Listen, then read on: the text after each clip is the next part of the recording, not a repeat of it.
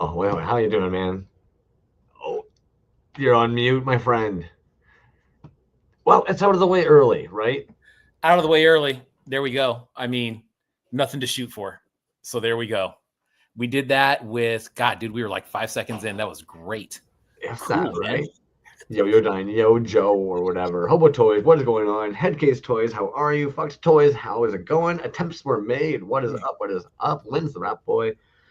Yo, homies, anybody who ended up being in that Joe show, if you're hopping over from the live, I know they're still going through a couple. You guys know we're going to babble for like 10, 15 minutes. You've got a little leeway. If you wanted to watch a little bit more of the Cave and Cage live happening on IG, I'll let Billy think what's going on. But we're going to kick into action here in a moment as well. We've got all the saves up as usual with any of these shows. If you're somebody who you've noticed we missed your piece, if you're somebody who's a fan of somebody and you missed their piece, please let us know and we'll make sure we catch it before the night is over. Hey, B, what's up? What's up, man? Also, Dre, Brilliant Demon, Pope Toys, David Dunn, Grayskull, what's up? Attempts were made. What is up?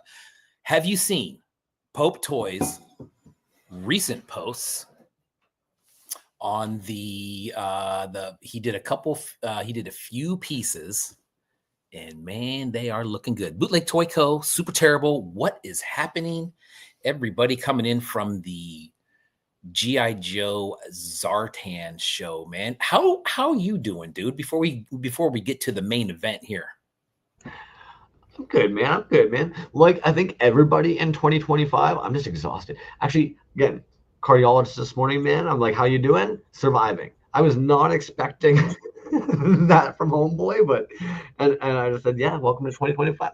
That's just the time we're in, my dude.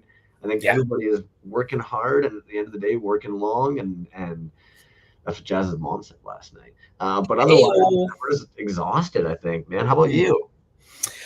Dude, it's one thing after another. It's work, and it's my daughter's getting ready to graduate, and so there's just, I feel like we've been at the high school. I've been at her high school, which is my old high school. I feel like I've been there every day for the last 2 weeks, man. But she's killing it, dude. She got 4 scholarships last night, dude. I was fucking blown away. So she's definitely the smarty pants in the house. But Abaddon, what's up? 8-Bit Mike, what's up? Duke, what's up, man? Cool Cat. DT O'Keefe. But yeah, man, so it's just been busy, she's actually down at Disneyland as we speak. And then she'll come back and graduate next week, man. So we're almost through the woods here with all the stuff going on, but it's just busy, dude. You got a work day, and then your second half of the day starts at 4 p.m. and well, and honestly, homie, and I'm sure again, they're like almost every single one of our friends can relate to this. So that's where it's like I'm not whining about it. It's more just acknowledging, right? But I think a lot of us, like we do just push ourselves to that point of burnout. And then when we burn the heck out, we get sick. We can't do the amount of work we want to anyways. And then we're frustrated that we're not getting the work done and we're falling behind on things. It becomes this vicious cycle of just, you have kids though, you have whole other third party entities that like, you can't really, it is what it fucking is, Gotta be, unless you want to be a terrible father and just not show up for any of this shit. Well, you don't want to do that. You don't want to do that, but you also, regret's a motherfucker, right? So you don't want to, look back and say, hey, I wish I would have done that. It only would have taken X amount of time. But dude, there does come a point, I think, as a parent where those times, Little League games and stuff like that come to an end. And you start to think like, God, I wish I could go to a Little League game, this weekend or do something like that. FKD says, we know you probably still have some detention to attend. Here's a quick story. My first day of junior high, I did get detention. And then I went ahead and doubled down on my first day of high school and also got detention. So yes, you're probably right, FKD. What's up, Suki? If anything, too, before you miss it, I don't know if you caught this one earlier. Lynn's the rap boy wishing a happy belated birthday to Bootleg Toy Co. I don't know when that one was on the day, but happy freaking belated to you. Absolutely, good sir. Bootleg Toy Co, man, what a beast, huh? What an absolute fucking beast. Speaking of, okay, so before we get too into the Joes here, I know we've got a whole night ahead of us full of Joes, but you brought up Pope Toys, let's be honest. One of the homies here. they're I believe they're the wardens, the primary warden. But yeah, these three that dropped onto their page recently, and then. Yo, the invisible brain one was fucking stupid too. Actually, sorry, I forgot about this one. What a brilliant concept, man! Casting the brain in the clear, then doing a black wash on it, and then casting that inside of there. Fuck, Yeah. man, that's like goblin mode instant. Like, but yeah, these are some beauties, dude. Absolutely fun pieces, man. Killer, dude. The And detail on those is insane, man. and I've got a tiny ass little brain. You actually just mentioned one of the other homies in the chat here. They're busting out some new. Oh, fucking Bootleg Toy Co. If you guys haven't seen it, Bootleg Toy Co. actually has, I believe they just got the mold already showing for their. Yeah. Oh my God. That's what the exact one I was thinking about, dude. Bingo, bango. Test pulls are done, and just put it in order for slime green, glow in the dark, high vis orange. Be on the lookout, aiming for drop in June. Vinyl, correct? Yeah. Dope. Dude, it's a fucking beast, man. What a man. You know what, dude? That's a really fun vinyl piece. You know what I mean? It's got a really cool look to it, and it's just it's solid, dude. I really, really like that. Head case, Dylan Clement, Eric Folkart's Ocular Caviar. And who else? I believe somebody else came in. 8-Bit Mike, maybe? Fletcher? What's up, everybody? Fletch did end up dropping in. Yeah. I don't know if everybody's going to be in on it. Most of the homies are probably going to know, though. And I'm not trying to be like, toy knowledge. But, like, that's definitely one of those, like, classic pieces. You know what I mean? Like, there are others. I know Double G Toys actually has a great sculpt of a 3-pack for some rubber pieces. So if that kind of, like, Japanese spirit vibe with the coffin is your jam, there are definitely like a lot of pieces to that. I'm sure there's even other people who know way more into the lore of it and way more into like the culture that are kind of like crumbs. You're missing the whole point of what makes this all really stick and cool. But yeah, like most of tonight will be with Joe's probably, unfortunately. Yeah, right. Hey, real quick, dude, did you see this little dilly dally up here at the top? Show comments on stage. Did you realize that we could do that? That's a new thing, and they can. Oh my goodness! Yeah, interesting, huh? I don't really know how that works. I guess we're about to find out. But, well, you know what though? Okay, so that's actually beautiful. If we weren't on YouTube, I would say like so. For instance, because otherwise, YouTube, you guys already do see the chat as it's happening. For guests that are watching this, they don't actually, because actually Death and Strawberries let me know that. I thought that they instantly were actually able to see all that comment on stage stuff. Our guests, because they're not part of the quote unquote StreamYard Toys Alive team, they don't see that little chat bar on the right hand side of what's happening in YouTube. But you and I have that luxury. I don't know if you knew that. I did not know that. Yeah, so, over on the right hand side, it says comments, and you can actually see in real time the YouTube stuff as it's pouring in. Gotcha. Interesting. So what do you know about Zartan? Are we ready to get to this? Okay. One of the main things I ended up like we both know Zartan apparently Master of Disguise. Actually, let's pull on Death and Strawberries. They ended up popping in here as well, so we're gonna pull them in here. There you go. Now, the 100% encyclopedia on G.I. Joes. Thank you for being with us tonight so you can sort us out and say, listen, you idiots, this is who he is. The floor is yours, dude. Thanks for joining us. What do you got? I appreciate you letting me come in. I do not consider myself an expert. Well, you are. I did bring the encyclopedias tonight. So we got the comics here. We've got some Action Force stuff. We've got the guide to G.I. Joe from Mark Palomo. So, like, we'll figure it out. If I don't know what it is, we'll know what it is by the end of the evening. But yeah, I'm sorry. I was a little late coming in, so I apologize for that. But I really do appreciate you guys letting me come in and have a chat. Absolutely, dude. How you been, man? It's been pretty busy. I was gonna say it's getting busy. I'm sure it is, dude. It's heating up for sure, and it's that means busy time for you. Absolutely. Glad you're here, dude. Glad you're safe. Me too. Thank you. Is DNS actually Zartan in disguise? That could be. Yes. That could be. Yes. I'll Prove me admit, wrong. when you mentioned glad you're safe at first, I was like, the fuck is that supposed to mean? And then I totally remembered what his job is and where he's been the last week. I'm like, oh yeah. Oh yeah, you're the dude who walks around in the middle of a forest that's engulfed in flames. Glad you could make it. Thank you. Yeah. There's a couple going on nearby right now, so I'm glad it worked out that I could be here. Yeah. Awesome, dude. So what is the story with Zartan, Master of Disguise? Okay. Yeah. So for those that don't know, there was a how far back do we go? G.I. Joe, A Real American Hero was a reboot of the original G.I. Joe brand by Hasbro. They rebooted it in 1982, and then let's see, when did Zartan come out? It was either 83 or 84. But he was a unique figure in that he came with a small vehicle, and so the price range was unique. So they had vehicles that they sold with figures and figures. This was somewhere in the middle. And also it was a new way they were trying out the color change plastics. It was a brand new thing.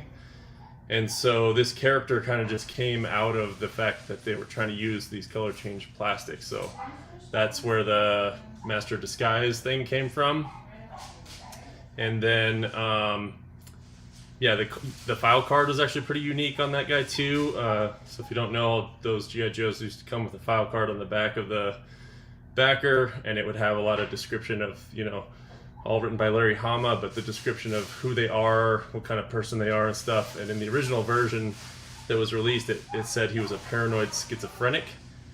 There were some lawsuits over that, and then they had to change the verbiage for later editions. But I don't know, that's kind of down dirty. I'm sure we can find a picture here in the old book. If you give me a second. Admittedly, I scoured the internet real quick as well in order to find one. Yeah, because you're right. For whatever reason, but it wants to keep on opening up the eBay profile for it, because apparently that's the image we have of the file card. Here we go. Oh, does this mention the being schizophrenic? I'm just seeing me. I don't know if you're still trying to. Oh no, I'm just brain dead and unable to do multiple things. Apparently. Surfing. Yeah. Okay, here is a picture of the original Zartan figure, and you can see he came with a, if I can point at it, removable mask. That was the disguise, and then all this skin-toned plastic would turn blue in the sun, and he also had these little shields and stuff. There's some that were on his legs that those are very hard to find these days. They got lost in couches and things like that. So if you got one like that, it's worth a lot more money. But that's him. Let me see if I can find the little skiff. Yeah. So he came with this chameleon, which would all break down into little parts, and then he could tow it around in a little box. But it was unique in that thing had color change capabilities as well, but also that this was very inexpensive for them to produce, and like I said, they were able to package it in a kind of mid-range, like a little bit more than a figure would cost, but a lot less than it would cost to buy a vehicle. And this then became a standard item at this price range. They would do something like this every year, which turned into a lot of those like action packs and stuff, where they had the backpacks that had the little spinning rotors or things like that. Like that's kind of where that came from. There's the history. Now I'm curious. Did you collect like the big giant Joes as well, or did you only do like the 3-point basically sized Joes? I was really into these. My brother actually had a few of the bigger ones, but that was before my time. Yeah. And that's Zartan. That's Zartan, in a nutshell, as far as I know it. As far as you know it. Dude, we might as well talk about your piece. Do we want to talk about his piece while he's here? Might as well get one knocked out of the way with the artist in the room, eh? I got it right here. Fair. Oh, rather than make them have to wait for us to get to it. Fumble through the. I thought you pulled that. Yeah, well, I'm sure I'm out of order. Yeah, so I'll talk about it real quick. I used my Master of Slouching sculpt once again. This was actually a piece that I did with General Porpoise last year for last year's G.I.SHOW. I did the sculpt and he molded and cast this, and so this is a casting that General Porpoise did for me.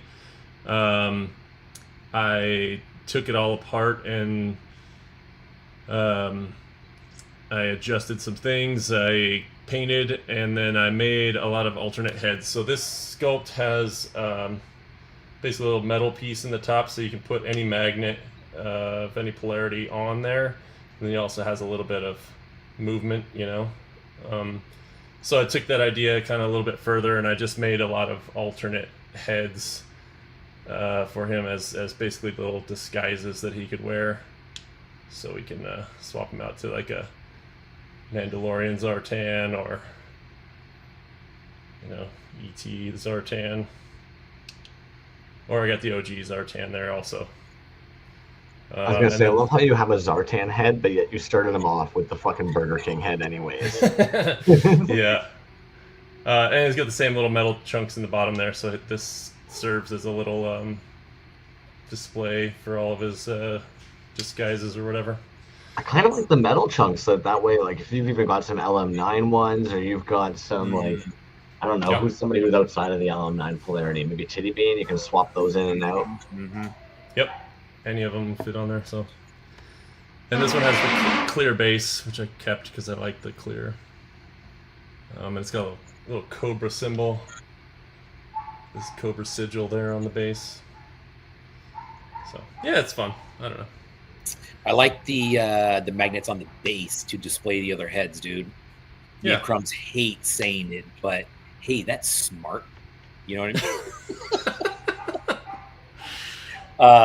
That is really cool though, dude. I mean, with the swappable heads. I didn't see many pieces from the show yet, so I don't know if anybody did swappable heads. I'm sure there's got to be some out there, but you know, dude, again, I think that's a great idea for Zartan. Yeah, I was out with the kids earlier, so I missed a lot of the stuff. But the ones that I saw blew my mind. There's all kinds of unique play features happening. People mess with the color change. People messing with like the idea of what's in disguise and what's not. There was some color change backers. Like, you're gonna see some crazy stuff, dude. This show is kicking butt. I'm very excited. Kicking butt, dude. Wow, you even censored it for the children watching? What a guy. What a guy. It's for the children in the next room. Kicking butt and apparently blowing out Cool Cat Toy Co's eardrums. I have no idea what that might have been, my dude. I'm so sorry, friend. Also, Dean, I'm going to call you out, dude. I love how you picked the room with all the books. Like, normally you have toys and stuff behind you. This time you're like, oh, Joe expert? Let me make sure I've got my library behind me. Yeah. And my collection of guitars. Yeah.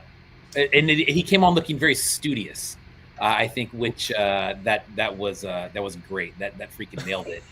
I should have opened with the with my head in the book like this. Hello.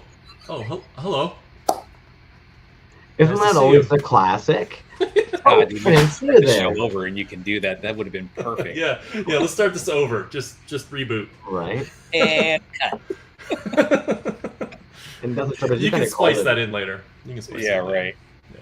You kind of mentioned being all out of order. Even if I tried saving these in the order I opened them, Instagram decided to just scramble the saved folder however it wanted. It did whatever the hell it wanted. It'll be fun. Instagram's being quirky these days. I don't know. It's an odd beast. Yeah, it's an odd beast. Agreed. What were you gonna say? I was just going to thank DNS for being on, and I was going to tell him to enjoy the show, and that's a killer piece. I was going to ask you if you're selling it, or is that a thing that you're just holding on to? because you're a hoarder like that. I am a hoarder like that. I'd be open to selling it. I don't know. I didn't post anything on the post, but yeah, reach out if you're interested, and we'll have a chat. It's fine. Sweet. My wife would be happy to have things out of the house. You'll just make something else. Yeah. I know a guy who can make one. Yeah.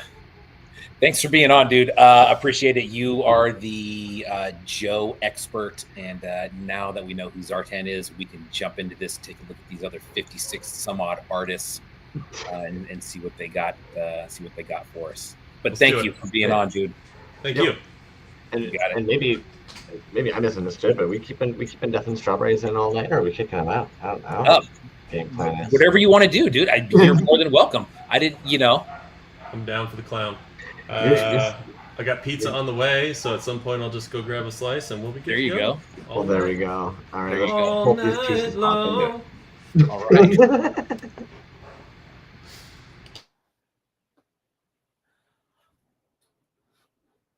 All right, what are we doing? It's like you guys were both on mute. I'm like, oh. It's like after that intro. Yeah, it's like after the intro, everybody just kind of stares at the camera like blink, blink, blink. I think deep down, Death and Strawberry started to feel uncomfortable because he sang that beautiful little All Night Long, and then we just had no reply for him. I think he just wanted to die a bit. Thanks for the warm welcome. Yeah, appreciate it. Yeah, I bare my soul, and then it's just I thought you were going to keep going. I thought it was great. Get the whole thing. I don't know if you guys ended up seeing Epoxy Crusaders piece that ended up being dropped on Cavedweller and Kage's live. They ended up actually unboxing it there as well. Epoxy ended up actually doing a version of each of them from the one-up show here. We've got Cavedweller rocking the Mario mask. We've got Kage rocking the Zartan one, and I'm pretty sure it's in the same pose. We've got the Shrek mask one as well, and of course Kage has Zartan again. The Shrek mask is pretty fucking jokes, man. Yeah. It's creepy how much this actually ended up kind of nailing pretty close to what Cavedweller with the Shrek face kind of looked like that night. It does. A little uncanny. Absolutely rocked it. And also the Fruity Pebbles background, dude. Fruity Pebbles is my favorite, so already won there. Those are great, dude. I didn't see those on the show. I know that I saw him opening the piece from Epoxy Crusader, and it was cutting in and out. But those are great, dude. What a good idea, too, right? Oh yeah, 100%, man. And Death and Strawberries, it always blows my mind that you, for some reason, love sugary cereal, dude. Anyways, FKB Suki was saying that he likes the way that Epoxy is assembling these backers. Yeah, there was that little clip of that, dude. He's going all out, dude. That machine that he had, that's some pro shit right there. It is. And then if you notice, he had another live, I think, where he had like the background behind the figures down first, then he puts the figures, then he puts the bubble, and then he has a sticker that goes over the top of that to hold everything in, if I remember right from what I saw. Yeah, there you go. Oh, there we go. Watch the magic right here, dude. Or maybe that's where he's figuring out the size? I don't know. I thought this was the actual piece, though, here. Yeah, it looks like he glued it on there. Yeah, see? Wow, dude. And then he puts the sticker on the outside of that, so it holds the bubble in, and you get a clean edge. That's smart. I have never seen that before. That's pretty good. Even having his own vacuum form, let's be real, like... I remember year one, a lot of folks were trying to figure out how to make their own box and vacuum form them. So it's kind of jokes that homie has just this little push down machine for it. Dude, I'm jealous. I want one. Yeah, those are sick, man. I wonder how. Yeah, I wonder how much those cost. Ooh, 8-bit Mike. And actually, I love that they ended up bringing this up on the live they were doing with Kage and Cavedweller. That this is a lot harder than I think a lot of people who don't do resin would actually account for, man. When we consider all those air pockets that can come out of the pages between that book. Oh, that's cool. Jello. Yeah, that's good. So if you guys don't know, there were some parody videos like the pork chop sandwiches. Have you heard of that? Yeah, fair. Okay, so G.I. Joe used to do the PSA. So every episode would have some like, hey, don't go swimming in the lake, when there's lightning out type of thing, and they would have the G.I. Joe characters come out there and talk to kids. Well, somebody took those and like, redid the voiceover for like hilarious things. So I'm not sure if that G.I. Jello is one of those, but it reminds me of that at least. And that one's uncomfortable but dope. Yeah, uncomfortable is the right word. Oh, Epoxy Crusader, we just got done talking about you, dude. What is up, man? Very cool piece. But depending on how big the latency is between YouTube tonight, you might just be catching us talking about your piece right now. Hard to know. 8-Bit Mike with the slabs again, dude, and that is obviously the trademark, and that is just a beast of a piece. Damn, that looks clean, dude. Massive piece, great selection, having the Zartan in the background there. Beautiful artwork on that. Just all around, man. Fucking solid piece. Good one. Now, I'm not super solid on the comics. I'm starting to read them for the first time now. So I didn't read the Marvel comics when I was a kid.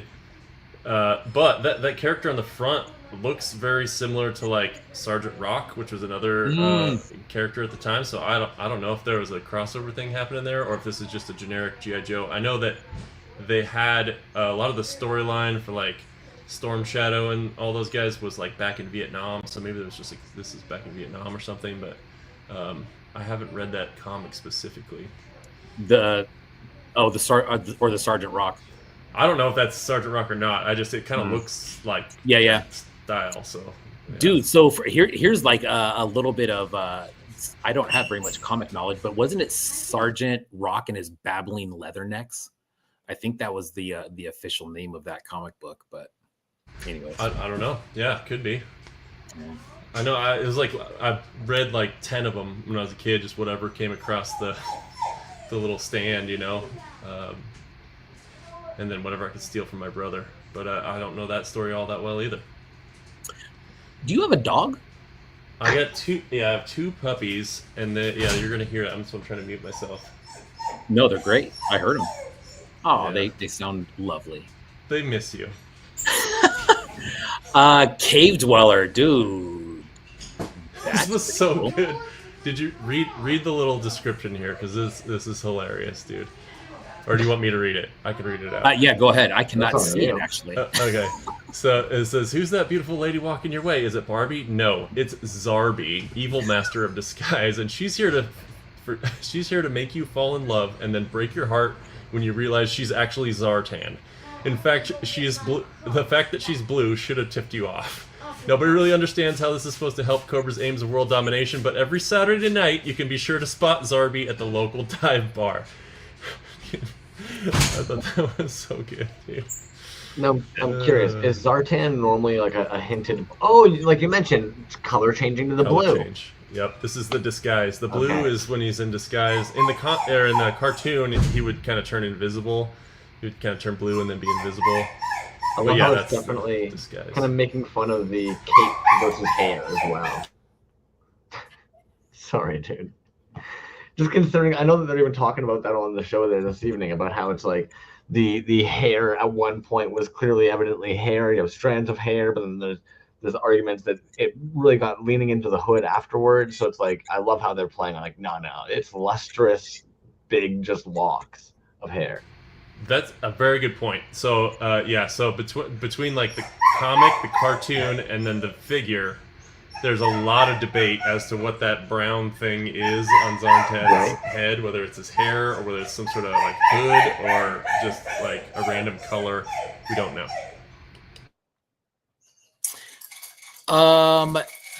Epoxy Crusader said some of the G.I. Joe comic books were written by Larry Hama, who actually went to Vietnam. So there you go. I think all of them. Right. Yeah, all the originals run at least was Larry Hama, and that's why he wrote the file cards, because they looped Marvel Comics in from the very beginning. They helped, Marvel Comics helped do the original like commercials that had animated figures and stuff. They storyboarded all that out, so it was very much wrapped into Marvel Comics to begin with. Where because they didn't have a show originally, so they used the comic books as the like backstory thing, right? This is how you know who these characters are. I'm sorry about the whining dog. That's okay. I was just going to ask you if you could hear that. I wasn't aware if you could hear that or not. I'm trying to ignore it, but I can definitely hear it. That's fine. Yo-Yo Dine said the Tunnel Rat figure character is based on Larry Hama. Yeah, the sculpt was sculpted with a picture of Larry Hama, you know, so that it would look like him. There's a couple of different figures that were based on people that worked on the line. So that is one, yeah. And Tunnel Rat, by the way, is my favorite of the G.I. Joe characters. So really, there you go. So on my birthday, remember that. I'll remember that. Okay. I'll buy you a rat or something. I don't know, or a tunnel for a rat or something. Oh man, you know, I don't know if you've ever seen some of that footage from like the real tunnel rats, dude. But I mean, holy shit, what a horrific. Yeah. Anyways, MJ Castile, what's he got going on? Yeah, she ended up doing 3 pieces as well. So they're all kind of like that little people style. These guys are going to be the Dreadnoks. They're an original sculpt, hand painted by them. Had a lot of fun with these guys. Zartan and Swamp Squire are on their docket eventually. But again, I think they actually ended up. Go ahead. Oh, I'll just jump. Sorry, I didn't mean to jump in. The Swamp Skier is that little thing I showed you that breaks down and he can drag it behind him. It's his little, you know, vehicle that he comes with. And Zartan led the Dreadnoks. So these guys came later, but they were like his like minions, you know. Nice. Oh, there you go. Well, and so as you were saying in here too, any of the ones with the vehicles, he actually ended up doing a collaboration with Edwin Salas Art. So they're gonna be like those wooden vehicles we got here. Oh, that's cool. With like the little peg people that fit inside. Dude, Yeah, Edwin Salas cool. With the wooden vehicle, dude. What a great idea for a collab. Holy shit. Yeah. Right? Clutch is super cool character there too. One of the original drivers of the Joe vehicles. Oh, the his tank is super rad. That's cool. His tank definitely is super rad, man. Yeah. Something about, I don't know what it is about the tank-esque kind of wheels here, but that's definitely what seals it for me. Yeah. That was one of those things that like I didn't have this when I was a kid, and my friend from school did, and I was just like envious. Yeah. I think that everybody, you know, or knew somebody. I had a friend like that, man, who just had everything, dude. He had everything He-Man. He had everything Star Wars. He had everything G.I. Joe. And it's just like, God dang, man. I wonder where all that stuff is. You know what I mean? Yeah, that's a good question. It might be upstairs in my room. Yeah. You're like, oh, I bought that on eBay a little while back. So, besides how dope the vehicles are, too, is this a group that would normally be in G.I. Joe's as well? Like, is this like a trio set? Okay. Yeah, the Dreadnoks were, like I said, they were like Zartan's minions. So they were like these mercenary figures that like kind of worked for Cobra, but like they were for hire, so they weren't like the military ranking guys. They were like a bunch of bikers that just wreaked mayhem. Nice. Some pretty fun characters, and like these are really good sculpts. I'm digging it. Yeah, those are cool. Yeah. Who's driving this his tank?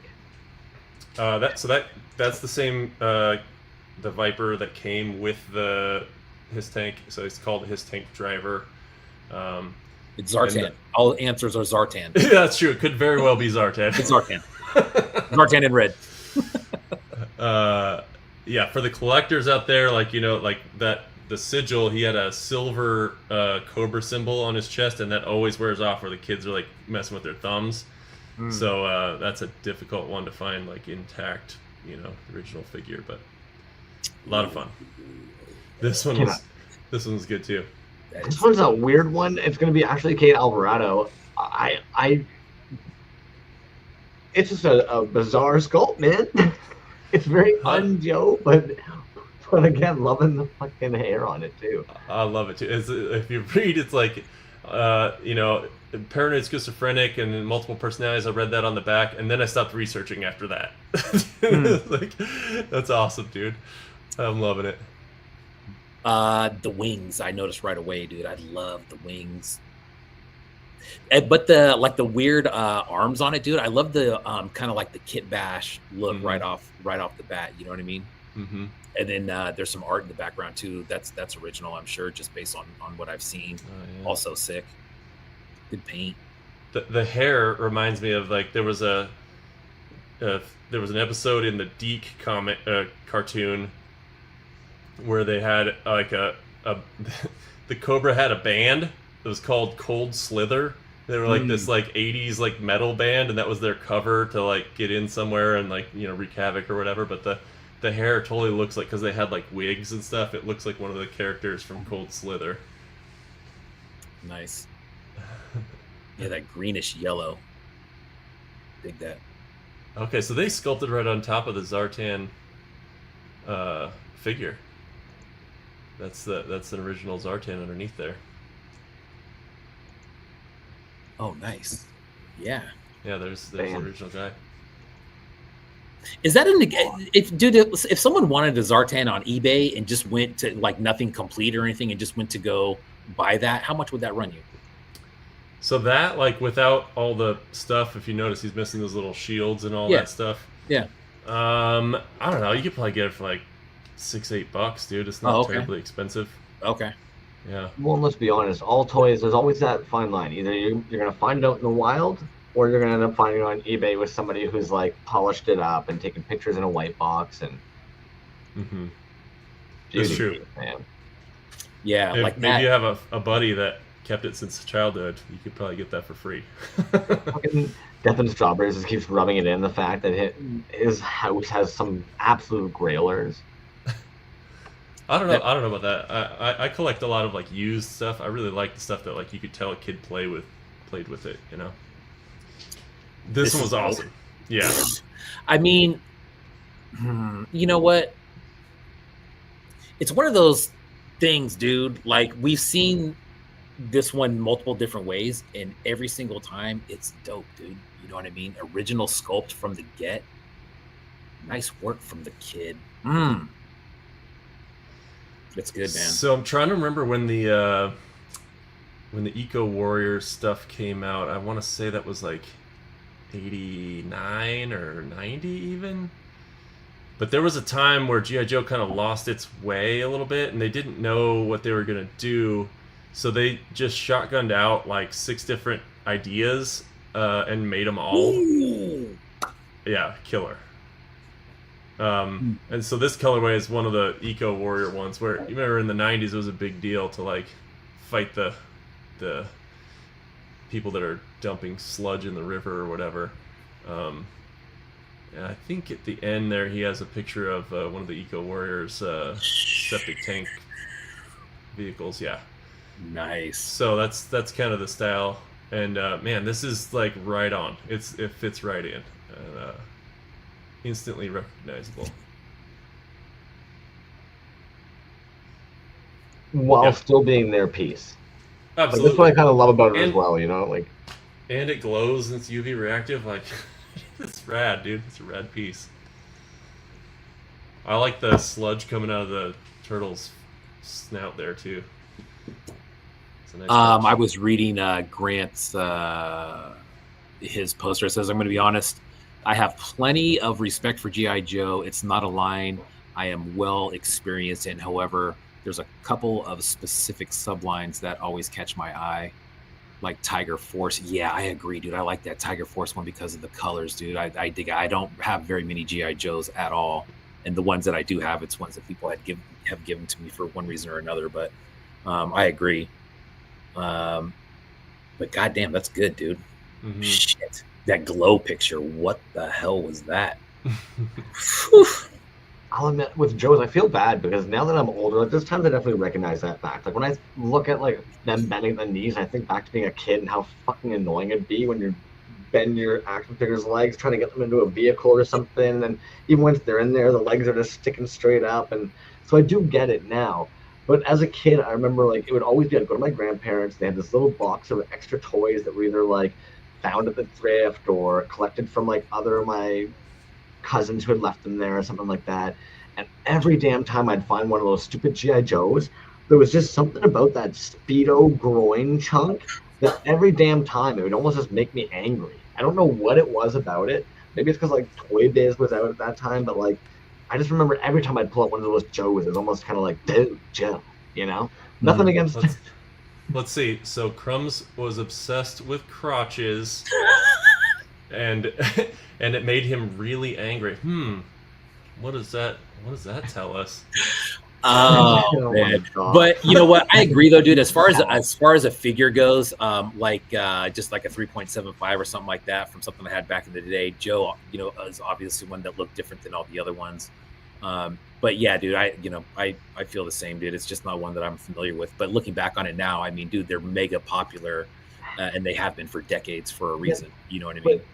So you like Motu though? It's even that too. Again, when I was a young man, looking at those, dude, I remember going down the street, getting a box of action figures for like $5, coming back home. Some of the vehicles were dope. Some of the bad guys were dope. But I remember being so weirded out. Again, why the Speedos and these fucking legs that just don't want to stand? Looking at the crotches, it just was weird. Crotch obsessed. Why isn't anybody built like me? That's funny. Fuck I have to say, I think I think I've maybe said this once before too, but I was really into the artistry of it, like the sculpts and the art on the backer cards of these things, like that. It was unparalleled at the time, and that's what really sucked me in. And here I am still sucked in. Yeah. Yo, fucking basement sludge. Okay, so is the synthetic cognitive land-based eye for reconnaissance and assault, is that an actual vehicle from the line? Not that I know of, but it definitely fits. That's a Larry Hama thing. He would take the like a name and then like make what do you call it? An anagram? Not an anagram, but you know what I'm saying, where you use like the letters to. He would do that quite a bit. Oh, somebody in the chat's gonna call us out, and we're all gonna feel like fucking idiots right afterwards. Sorry, I've broken the PG. Acronym. There we go. Acronym. What the hell is wrong with us? This piece almost reminds me of something you'd see in like Z-Bots or something. Yeah. It does look like the center part there was what was that called? The Pogo something? It was a Cobra vehicle. The Cobra Pogo. Yeah. Of course. Oh, and Yo-Yo Dine ended up nailing it, of course. And you got Grayskull yelling it as well. They're way about us. I'm sorry. I'm slow. The homies know, man. If anything, like, and I hope you guys feel the same way, because I ended up feeling this way during the live, actually, with Cavedweller and Kage. It is that opportunity where, for a moment, you just kind of feel like after a long week, you're just hanging out with people who just kind of get it. You know, they're dropping toy knowledge about certain shit. We don't have to know everything, but somebody else to chime in, being like Cobra Pogo. You're like, oh hell yeah, because you recognize that like they are stoked on this shit too. Well, hence my title. Somehow considered an expert on these things. I don't know. There's a lot of people in the chat that know more than I do. That's how it makes it work though. Even Jimmy Folklore, we should have dragged them in tonight as well. Yeah. They seem to be quite the fiend on this. So Jimmy and I had a talk before the show too. Like he's got some deep cuts in his piece. We'll have to talk about, but we'll get there in a minute. Yeah. So the Pogo was there was like these little like legs that would stick out, and it was like a rocket ship type thing. But those legs would always like disappear or be broken, and so this is like it's a common thing to have that little capsule piece, you know, without all the other stuff. So this is a genius use for that. Just a quick comment. Thank God you're here, dude. I mean, holy shit. This does obviously stuff that we would not pick up on. But you're right. With that story, I mean, everything makes sense. I'd look at that and go, hey, that's a cool eyepiece. It is cool. What I love about this era of toys too is you can tell that a lot of the homies were experimenting the same way that like we see our homies experimenting. Those weird glues, the neon colors that are UV reactive, things that let's be honest, stink drawer that smells and all that stuff. Like, there's a lot of creativity happening, and every now and then, like I don't know, it's hard for me not to picture those folks sitting at like their workspace, just like you even talked about it before, the bullpen, just shooting ideas, like getting excited and stuff. Von Fake Name, what up? Clever use for your piece, friend. Oh, Cosmicville Toys. Turn that Joe Dough into Joe Glow with Zartan Tanning Solutions. Coming to a strip mall near you. Be someone you're not with a new burnt, chic, skin-peeling roast stash. Whether you're a frostbite looking to become a scarlet or a storm shadow looking to impress your shipwreck with a light base before bikini season, Zartan Tanning is for you. Oh, that's good. That's good. Now, even with just what you've educated us with tonight, now I can actually piece together the fact that it's like, yo, this is fucking jokes, because they're playing on that fact that the toy is actually sun reactive. But then they've even gone ahead and made him all weird and tanned and awkward colored like a rotisserie chicken on there. And they're throwing in a jab or two here on the code names. They're like Frostbite, Scarlet, Storm Shadow, Shipwreck. Those were all like figure code names for figures. That's really good. Golden skin like a rotisserie chicken. I mean, why not? It is gold. It's beautiful. Right. Okay, and this backer. Are we going to be going with a handmade backer, you think? What's going on with this one? I don't know. His homie looks fucking awkward in a good way. So the original artwork did have like, because he's supposed to have the mask on, so it was like it already looked a little funky. But this looks like original artwork to me. It's different. Is the mask supposed to be like the Black Diamond thing? That's actually his mask. Yeah, the black part is like him, and then there's a mask that goes over top. Let me see if I can find that picture again. Oh, you put me on full screen before I was ready, Crumbs. Let me consult the book here. That was good. Well, you're consulting that book there. Yo, okay, and actually, I'm glad Pocket Toy Show or Pocket Salsa caught this in the live chat. The fact that it's actually on a Stell panel as well. Because unfortunately, my tiny little brain probably would have just instantly, because it's on a white backer here, assumed it's actually on a white piece of like arts paper. But it's actually a cell drawing. Cell, yeah. Nice. Yeah, man. That's super cool, dude. God, I've seen so many of those just at random places, dude, that are always for sale. And I always regret not getting one. That's super sick, though, dude. Especially, I mean, obviously it's relevant, too, right? Like fucking King of the Hill's coming back, as far as I know. Really? It is supposed to be getting a revamp, yeah. Yeah, awesome. Yeah. You know, Tuesday is my night to drink beer in the alley with the Dreadnoks. Traditional animation cell, ink and acrylic on acetate. So admittedly, this one is going to be a quote from Hank Hill that's been altered a little bit because, of course, that's the night he drinks in the alley with the boys, with the homies. And I mean, yeah, Hank Hill and his boys would fit right in with the Dreadnoks, dude. It's the same style, same people. Well, and again, thank fuck you're here, because now we know that the Dreadnoughts are basically a bunch of mercenaries who typically will work for Cobra, subcontracted by. Yep. We're learning things here tonight, folks. And oddly enough, a lot of them had like Australian accents for some reason too. I don't know why, but because they're bad guys. Interesting. Yeah, because they're bad guys. Because they're bad. So I found the page again. If you'll see that the mask actually gives them a beard. They're on the bottom. Ah, gotcha. And gotta love that. They're like, yeah, no, basically, if he's in disguise, he can have facial hair. Yeah. When he's not, disappears. No shaving or anything, just disappears. Yeah, it's kind of strange. I have a feeling they threw this one together at the 11th hour. You know what I mean? I think we're gonna start seeing some of that kind of stuff happen with like Super 7 and stuff, right? When you've got all these molds you've already paid for, and you've got a creative team sitting there, sometimes it's kind of like, yo, make the best of a bad situation.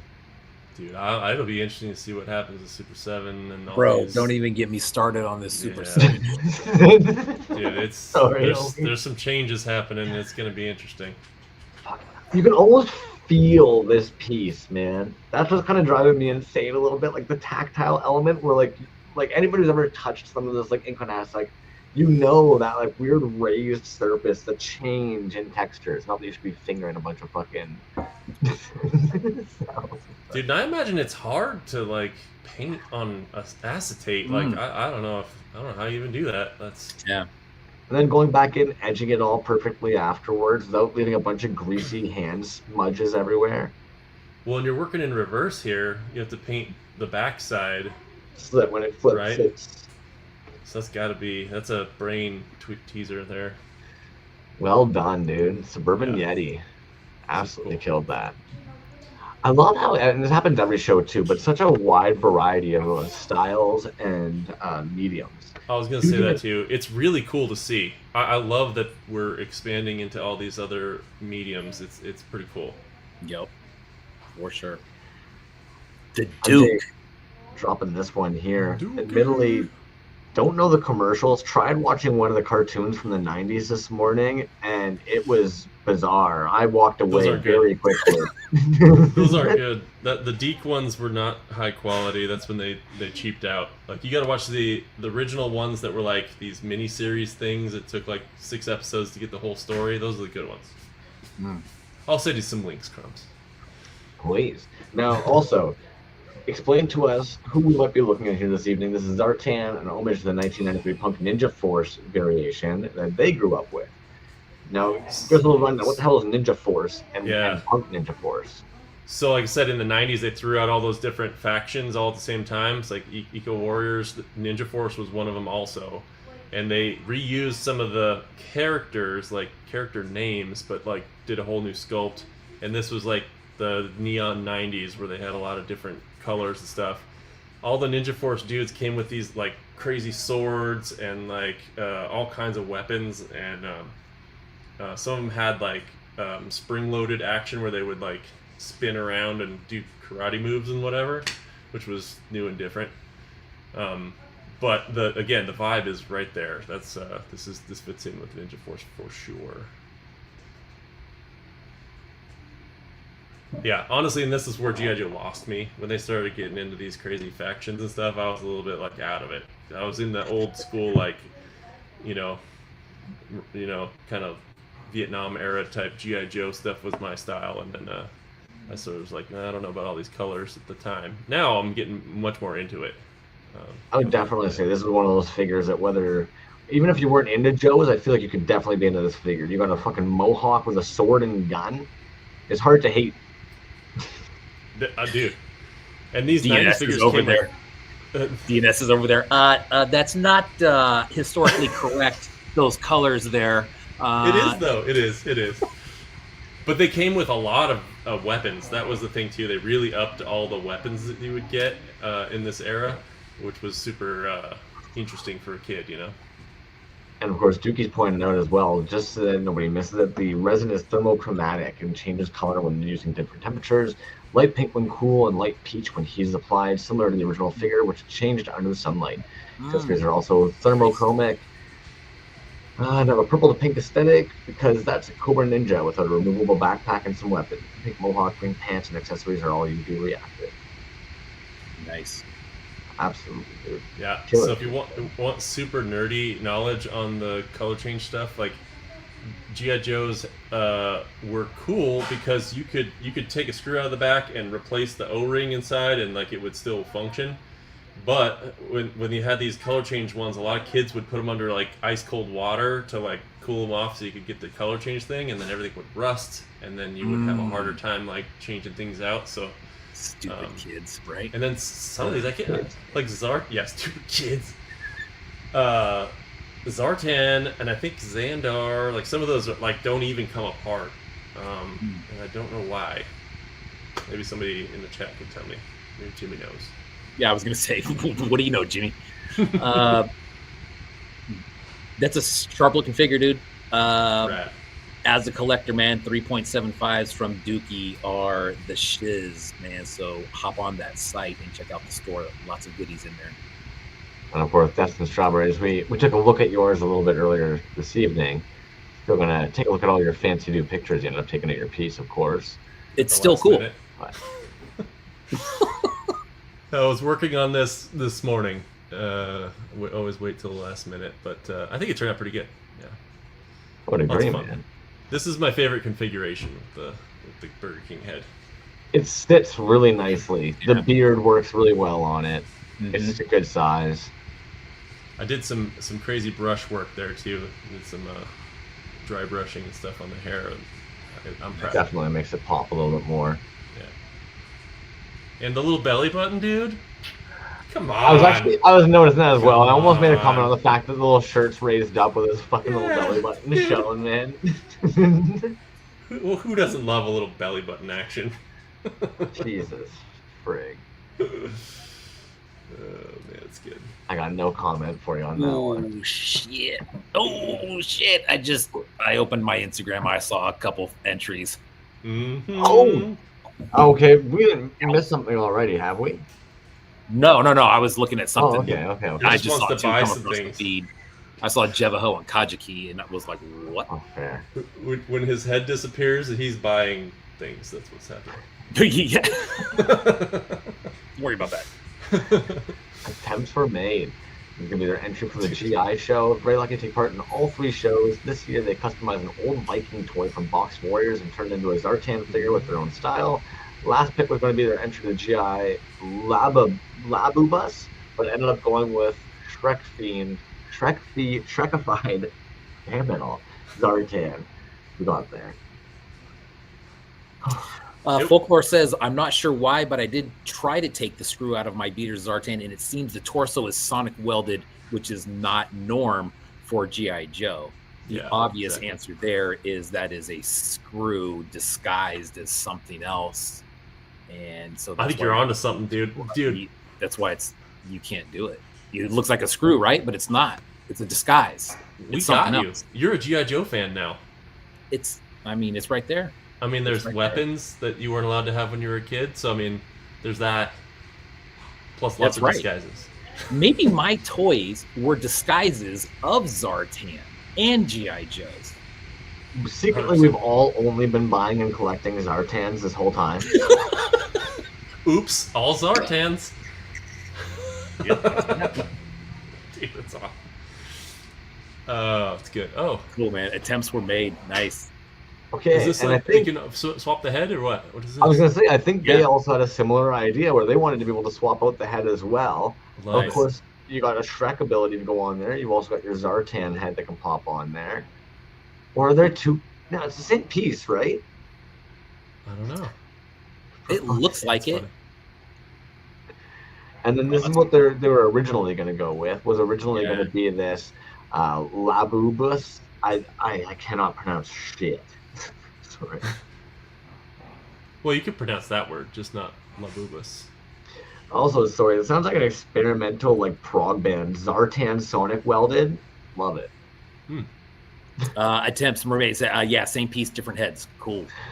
Beauty. That's yeah, awesome. dude. Absolutely killer work. Considering it's so well executed that we're sitting there being like, is that 2 pieces or the same Yeah. piece head swapped? This base figure is perfect for Zartan too. Look at that. It's really good. Yeah.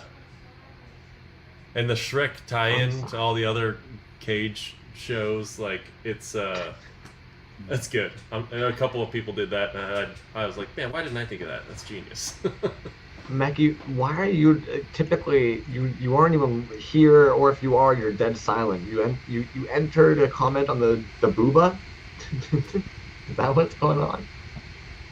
That's cool, dude. I like that. It works well. Or is this the booba? Now you've all got me confused. Oh, I don't know. I know nothing.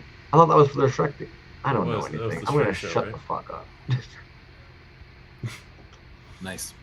Cool. Good work. 3 pieces in there. Oh goodness. Eric Folkarts, Oh, man. I didn't see this one And now.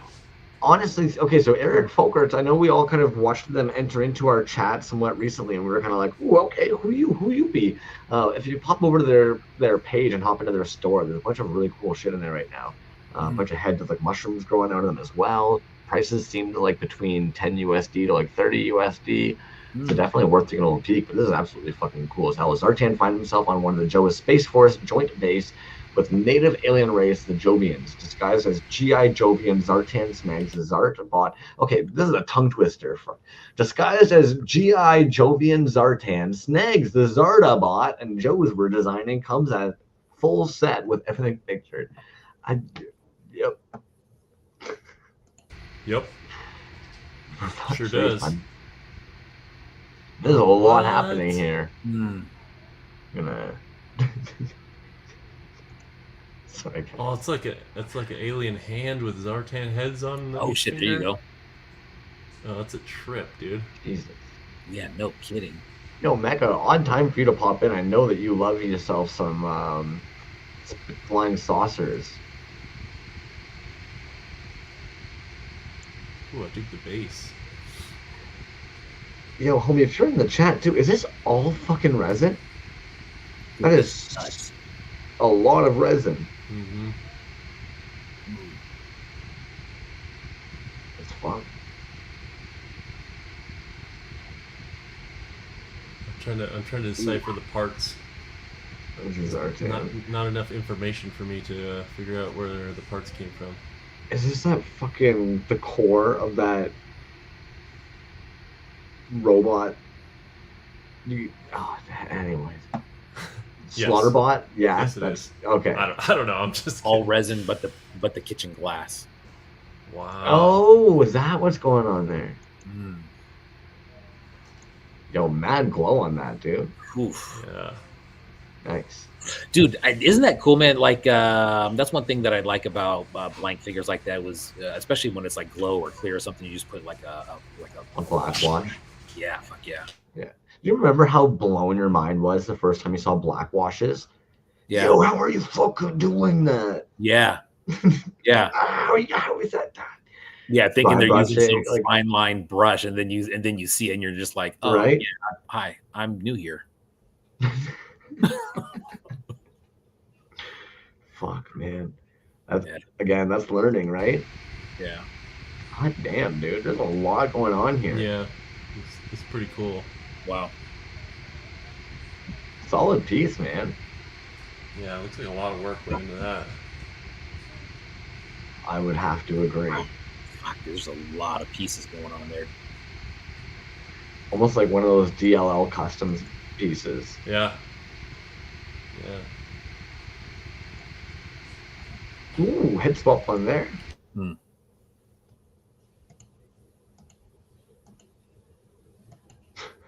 Fucking Zartan. Yeah, that head swap is clever, man. Yeah. I'll have to throw a shout out for the show too, because there's Oops All Zartans, and then there's Oops Not Zartans, I think it was, but like it's all encompassing, which I thought was a genius move. I'm starting to tally who did all Zartans and who did not Zartan. I would have to agree that I thought that was really well done, man. That it was clever. Yeah. Hand wired 555 timer, 417 decade counter. Now you're getting into things that I was gonna say, bro, I don't even know what that means, but that sounds Oh, cool like as shit. the 555 is a chip. It's used in like making delay pedals and stuff like that. I'm gonna start saying that to people. I'm gonna be like, dude, that's a hardwired 5.5 timer, 4017 decade counter, and they're like, Yeah. oh, what? right? The tism's high tonight. Damn. That's funny. It's good. Here's the entry for G.I.SHOW run by Cavedweller and Kage. Crocodile Dundee finally gets his own figure. The first to join the G.I.SHOW ranks. Knife sold 7. G.I.SHOW, Fellow that's a good toys, man. idea.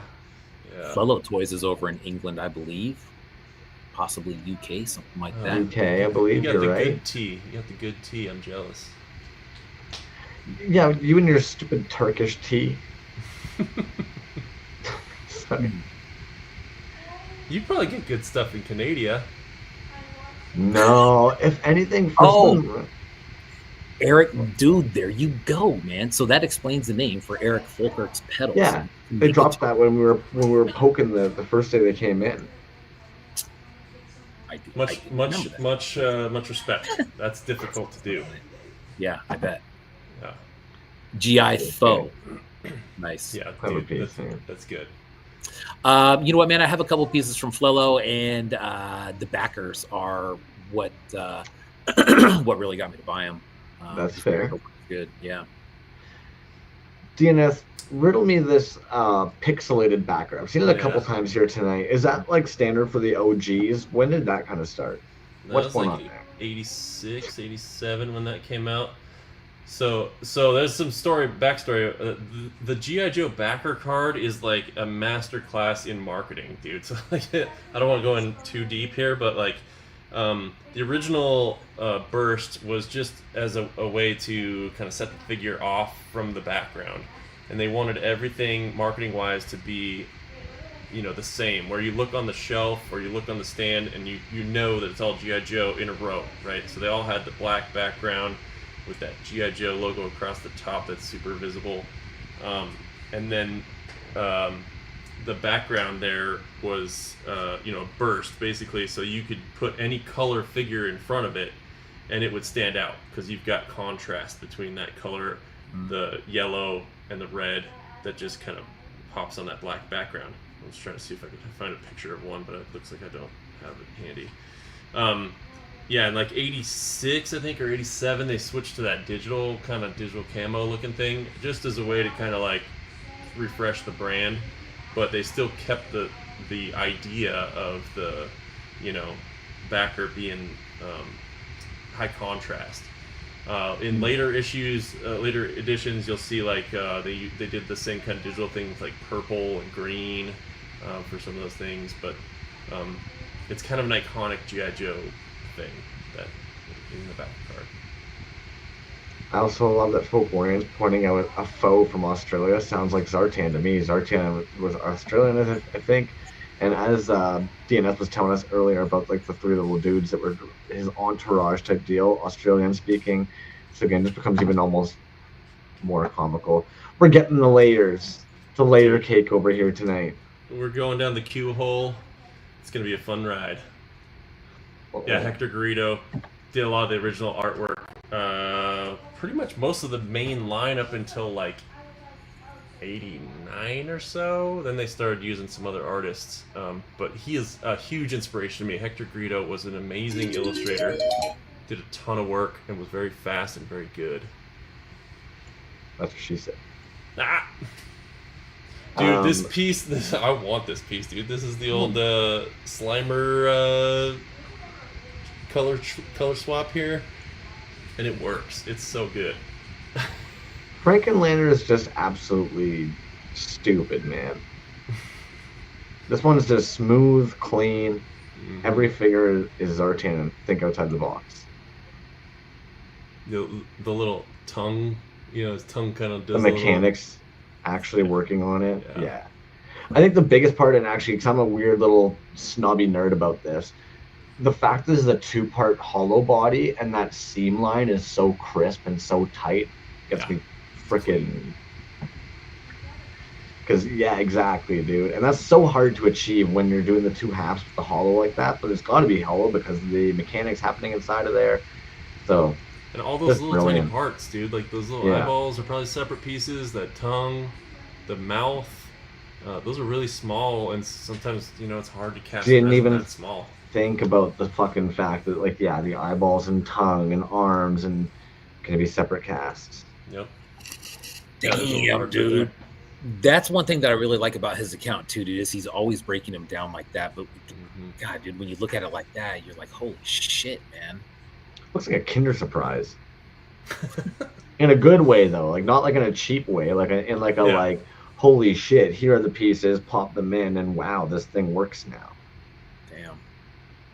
Ooh, damn. I don't think I saw this one. What? Sorry. All right, everybody, calm down. Dude, relax. This is Zartan. Okay? Is that a real thing? That is that is an Action Force figure. I'm glad I brought my books. Smart. Let me bust out the library, bro. Oh my goodness. Here we go. Oh, get the fuck out of here, dude. Also, are these Legos? I can't be crazy. That is like one of like the flat back panel Lego pieces, right? Oh man. What a fucking piece, dude. Holy that's a beauty. That's a flex simple right and there, killer. Bro. God.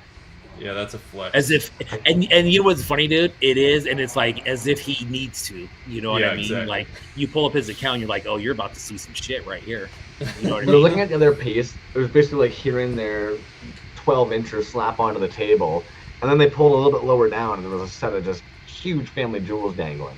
Yep. Mm. That's a good like analogy. overdose, Eddie. What's up? An excellent analogy from the Crotch Obsessed. Red Wolf. Okay. I have a few Pamro pieces like that. He did something similar, but damn, dude, that is so clean. Trying to find the picture. But yeah, Red Wolf was also the base for what's it called? It's like a UK British line of like the knockoffs, right? All those red little dudes. Oh, it's not a knockoff. Oh, my apologies. I would kind of just saw it as almost like a competitive, almost like rip-off of the Joes. It was officially licensed. Palatoy was a company in the UK that actually licensed Star Wars figures first, and then got into the G.I. Joe line. So, but they couldn't use G.I. Joe because it was like too American at first. So they called it Action Force, and they had their own kind of 3 3/4. Thank you, Draco Knucklebuster. Yes, was started with this sort of figure, but yeah, they started with their own kind of Star Wars style 3 3/4 figures. This is one of them, and then eventually ended up going full like G.I. Joe and using the O-ring same kind of molds and stuff that the U.S. release was. But yeah, Palatoy Action Force. And they're highly collectible now because like in the U.S. we couldn't get them. It was all just in the U.K. So like there was very few of them made, and so there's a lot of American collectors that will pay top dollar to get this stuff over here now. Nice. So I bug Splendid Editions every time he goes to the toy shops to get me something cool there, some Action Force figure. Nice. Yeah. Grayskull toys. Damn. Yeah, this one's good too. Yeah. God, so many good pieces. If I'm not mistaken, somebody else did almost like a chameleon head on there as well. So are we missing something about Zartan and like a dinosaur species thing going on? I don't know about Zartan specifically, but Cobra Commander in the G.I. Joe movie takes this weird spore poison thing and it turns him into a cobra. So there's a famous line where he says like, "I was once a man," and he's like half, reptile. That was good. You like that? Yeah. Yeah, that was good. So that's where I think that's maybe where this reference is coming from, unless there's something I don't know. Wow. Brilliant. 3.75 too. It's just fun as hell, man. Yeah, straight up. Nice. Zartan is a chameleon. All the baddies have snake lizard connections. Yep. Jimmy Folks knows. See, you should have Jimmy in here. What am I doing here? You and Jimmy Folks in the same room, dude. I think that would probably kind of squeeze me and Crumsy right on out of here. Yeah, I was saying we'd have our own conversation, dude. We'd be giving you guys the stage and just walking away. Born from a half-defrosted chameleon, a lock of Zartan's pubes, and a bottle of grape soda, Dr. Mindbender has created Zartan 2.0, meant to be the ultimate infiltrator. Instead, he thinks he's Zartan, talks in third person, and eats live crickets during briefings. His tail knocks over everything, his skin keeps shedding on the Terradrome carpets, and he can't be trusted near heat lamps. Special abilities: change color when startled, can hold extremely still for hours while humming, cold slither. Mindbender calls him a success. Destro calls him a biohazard. Zartan won't return Mindbender's calls. He's got 5 of these in the shop at the moment. That write-up was great, dude. And I'm glad I wasn't on mute that whole time. Sick. Yeah. Sick. We just let you go. We're just like, no, let him go. Let the man cook. Another kind of call back there, Dr. Mindbender, another character later in 86, 87, but like in the G.I. Joe movie, he's the one that cooks up in his lab. He creates Serpentor by putting all these like DNA from all these like past leaders or whatever together. So that's kind of the reference there. That Yo, so people like. I might have always missed this, but is that what the whole beginning of Aqua Teen Hunger Force back in the day used to be about? With Homie being like, I present to you my latest invention, and it would usually then go escaping and become kind of like the problem in that episode? I don't know that Folklore, show. you let us know. Yeah. Yeah. Where's Jimmy at? DNS is like, I don't know that show. Can't help you on that one, bro. I did find Red Wolf in the book, though. If you want to see the original Red Wolf, I can hold it up there. Yeah. Oh, nice. Yeah. Got a little Red Wolf of my own. There you go. Anyway, we consulted the manual. You're welcome. Nice. There you go. Great color pick for these, dude. Solid sculpt. The color change stuff, dude. Dude, I was like, why didn't I think of that? That's genius. These guys are killing it. God damn. I like that. 100%. Nice work. Gray skull. 100%, dude. This right here, I fucking love. Being able to see this weird, like, break into the costume with the chameleon back. That's some solid work, man. Like that. Yeah, some solid sculpting too. That's a lot of work. That's a sick piece. Solid paint app. Hijack 85. And also, not to be a peckerhead, but honestly, Hijack 85, dude, you killed it with this layout. Because especially when we're doing a lot of these shows, when we hit save on the pieces, it'll scramble it into the saved folder, no matter how we try and grab them. And then when we're trying to keep it within kind of that 2 hours, we've got 54 artists. Sometimes it's hard to remember to go over your page and see if you've made other pieces. So this instantly kind of, my brain was like, oh, fuck yeah, you made 3 pieces. I can, sick. I can count. DNS spouting nonsense all night, and it's hard to fit all the artists in. Yeah. Zartan face. I love that, dude. If you haven't seen the Hijack 85 episode, definitely worth a watch. Go back and check that one out, man. He's been doing some super, super cool shit. And I think almost every show that he does, it's always multiple pieces, right? Like there was one that he did recently. I can't remember what show it was, man, but I think he did like, man, 3, 4, 5 pieces, something like that, all carded, different carded pieces. Damn, dude. You don't mess with this Zartan. Yeah. This is clever, man. I don't know if he did that on purpose or if it's just a lucky accident, but inside of the hair dryers there, it almost looks like the Cobra sigil right inside of there. Oh, I wonder if they kind of saw that too, or if they can you manipulate that. You're gonna have to let us know. Love it though. Well, I actually skipped over the Zartan face. Dude, that's hilarious. Why didn't I think of this, dude? It's so good, so good. See, what's tough with this one too is like it almost reminded me of Distro, because I know about 2 Joes, maybe 3. Distro, Zartan, Cobra Commander. Destro? Fuck. Yeah, right. Yeah, Destro with the silver mask. Yes, I'm following you now. I think that's because I think year 1 it was all Destros. It could have been basically oops all Destros and Cobra Commander. Yeah. There were a lot of Destros. That was unintentional too, but. Oh yeah. Well, I think he's just probably one of the most badass characters out of the Joes, and has all of his clothes on, unlike most of the male Joes for the good guys, it seems. The G.I.Mo is good. I think we also saw another G.I.Mo, or was it this one? I don't know. But G.I.Mo is a clever one. It's hard to avoid that, dude. It's a great grab. Wasn't the Flaming Mo like actually a drink that he made at the bar or something? It was right. Homer is the original creator for it. The secret ingredient is cough syrup. Children's cough syrup. Yeah. That's good.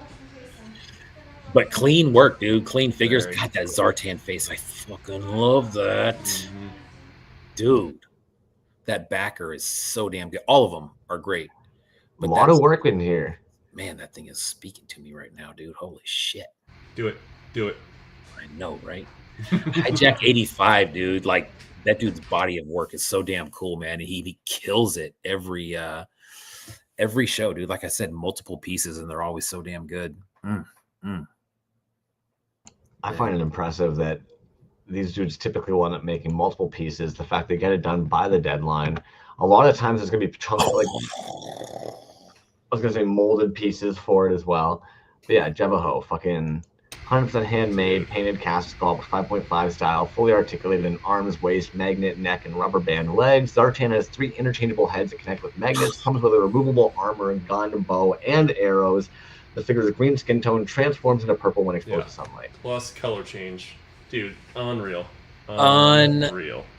Oh my god, dude! And if you're a Jevaho collector, you know that magnetic heads like that are. I don't think I've ever seen one, honestly, dude.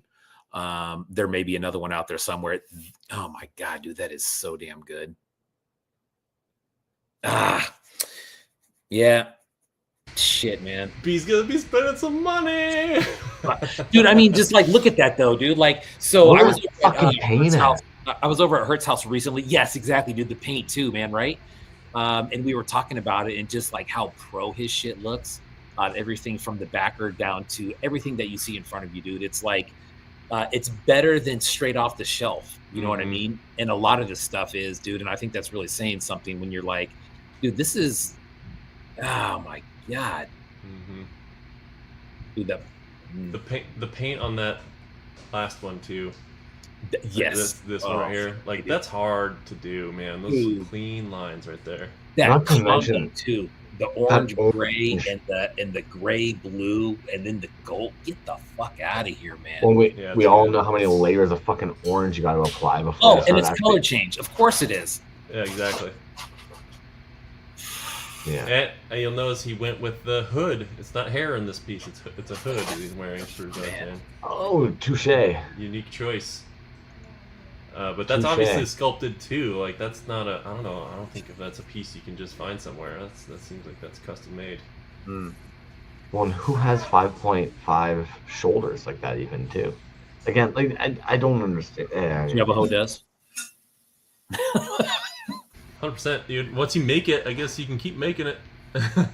Oh, dude, he kind of talked about that a little bit on our show about having other pieces and stuff. But god damn, dude, I mean, we say it every time, dude. Like everything that he produces is fucking great. This one is that one to me, man. It's got that that like holy shit factor, right? Like right when you look at, you're just like, oh shit, you know what I mean? Oof. Dude, it's got everything in the kitchen. The bow is sexy. Yeah, that's a. Yeah. And the scale, dude, the 5.5 scale, I think anything looks dope in that scale. Jimmy Folklore, check this out, dude. So, man, was it last year or maybe the first piece or maybe the first year? He did some of these die cut backers with the Cobra logo on the back, dude, and that was one of the fucking cleanest backers that I have ever seen, man. This is great too, working in the old Mickey Mouse. So, yeah, he asked me to make sure I knew what this was, so I feel obligated to explain to people that don't know. Break it down because I just did a horrible job of saying Cobra Mickey Mouse. No, you're good. But the original Cobra Commander was a mail-away figure, so you would get all your little point of purchase things together, and you would get enough. You'd send $1.50 in shipping with those things to Hasbro, and they would send you back a figure. So that limited first run had the sigil there. If you can go back to the piece, it looked like this with very sparse little lines in between, like the cobra fins, and then the snake eyes kind of look like a Mickey Mouse head. So that only lasted for that first year, I think. They're very rare, and if you find those today, they're super expensive. Like a good clean Cobra Commander with the Mickey Mouse sigil is like $200 or something like that. You know what I mean? So then they switched to a different style. It's like the one you're used to seeing. But that's where now he puts an actual Mickey Mouse in there. That's the in joke. You know what I mean? Oh man, was that a glow? Did that glow? Is that what we were looking at? It did have a glow there a moment ago. Yeah. Oh yeah. Yeah. So our idea for G.I.SHOW 3 was to make the Mickey Mouse version of the card back we made for G.I.SHOW 1, which had highlighted the famous Cobra logo. The new Mickey Mouse version, produced by the talented Ian Rickert, is a smaller card back with the Mickey Mouse Cobra logo at the top, die cut, and it is a reflective silver card front like Cobra Commander's face. Excuse me, sorry, all that coffee. All the shiny silver also glows in the dark, and of course Mickey is there painted as a Cobra Commander figure because, well, of course. And pictures 1 show the G.I.SHOW 1 cards. For scale and reference, all these are available for special order, so if anybody wants one, then please reach out. The Mickey Mouse Cobra Commander card comes in 2 variants, one with classic matte red Cobra logo, one with red foil Cobra logo. Like, the amount of fucking work that just goes into that gosh dang backer alone. Yeah, man. And Pikmin said the reference to Mickey logo is amazing, dude. If there's anybody that's gonna have like a deep cut reference, it's gonna be Jimmy. Dude, we did a couple giveaways from him. There were like Star Wars figures. I don't know if you remember that. It was way back in the day. And God dang it, dude. That's what I was talking about. It was anyways, the giveaways that he gave us, they were Star Wars and they had deep cuts. I mean, stuff that would go over my head any day of the week. And I think at that point I was like, dude, this dude is the straight up oracle, man. He knows everything about everything when it comes to toys. So we got to talk a little bit. Yeah, we got to talk a little bit about these other ones too. So Silent Issue. There was an issue of the comic book in which Snake Eyes like infiltrates this Cobra base, and there's no dialogue whatsoever. It's all just him being sneaky ninja and like moving around, like just images. And so it's called the Silent Issue, and so you can see he's got Snake Eyes there and some Cobra soldiers that he would have fought in the issue, and then Silent Issue 3.75 or 3 3/4. Another deep cut, but pretty rad, dude. I mean, for a G.I. Joe fan, this means a lot, you know. Also, awesome. I would say, like, for those figures, for anybody who doesn't realize, like, they're not a regular like little action, what is it called? Little army men. Army men, yeah. No, they're almost like 3 inches tall. Definitely, because I didn't realize that when these first dropped as well. I remember thinking that they must be like smaller sizes, but no, those are like a nice hefty fucking piece, man. Yeah, beautiful. Absolutely well done, dude. That's just fucking sharp as all hell, dude. Yep, really well done. And that glow on it as well. Yeah, the glow. Ugh. So good. B's trying not to buy them all. Right. Oh, this one too. Yeah, dude, he's just knocking them out of the park left and right. Go to the video there if you click over a couple. Oh, sorry, it was in that post. It was just further in. Yeah. Oh, that one. Back one more.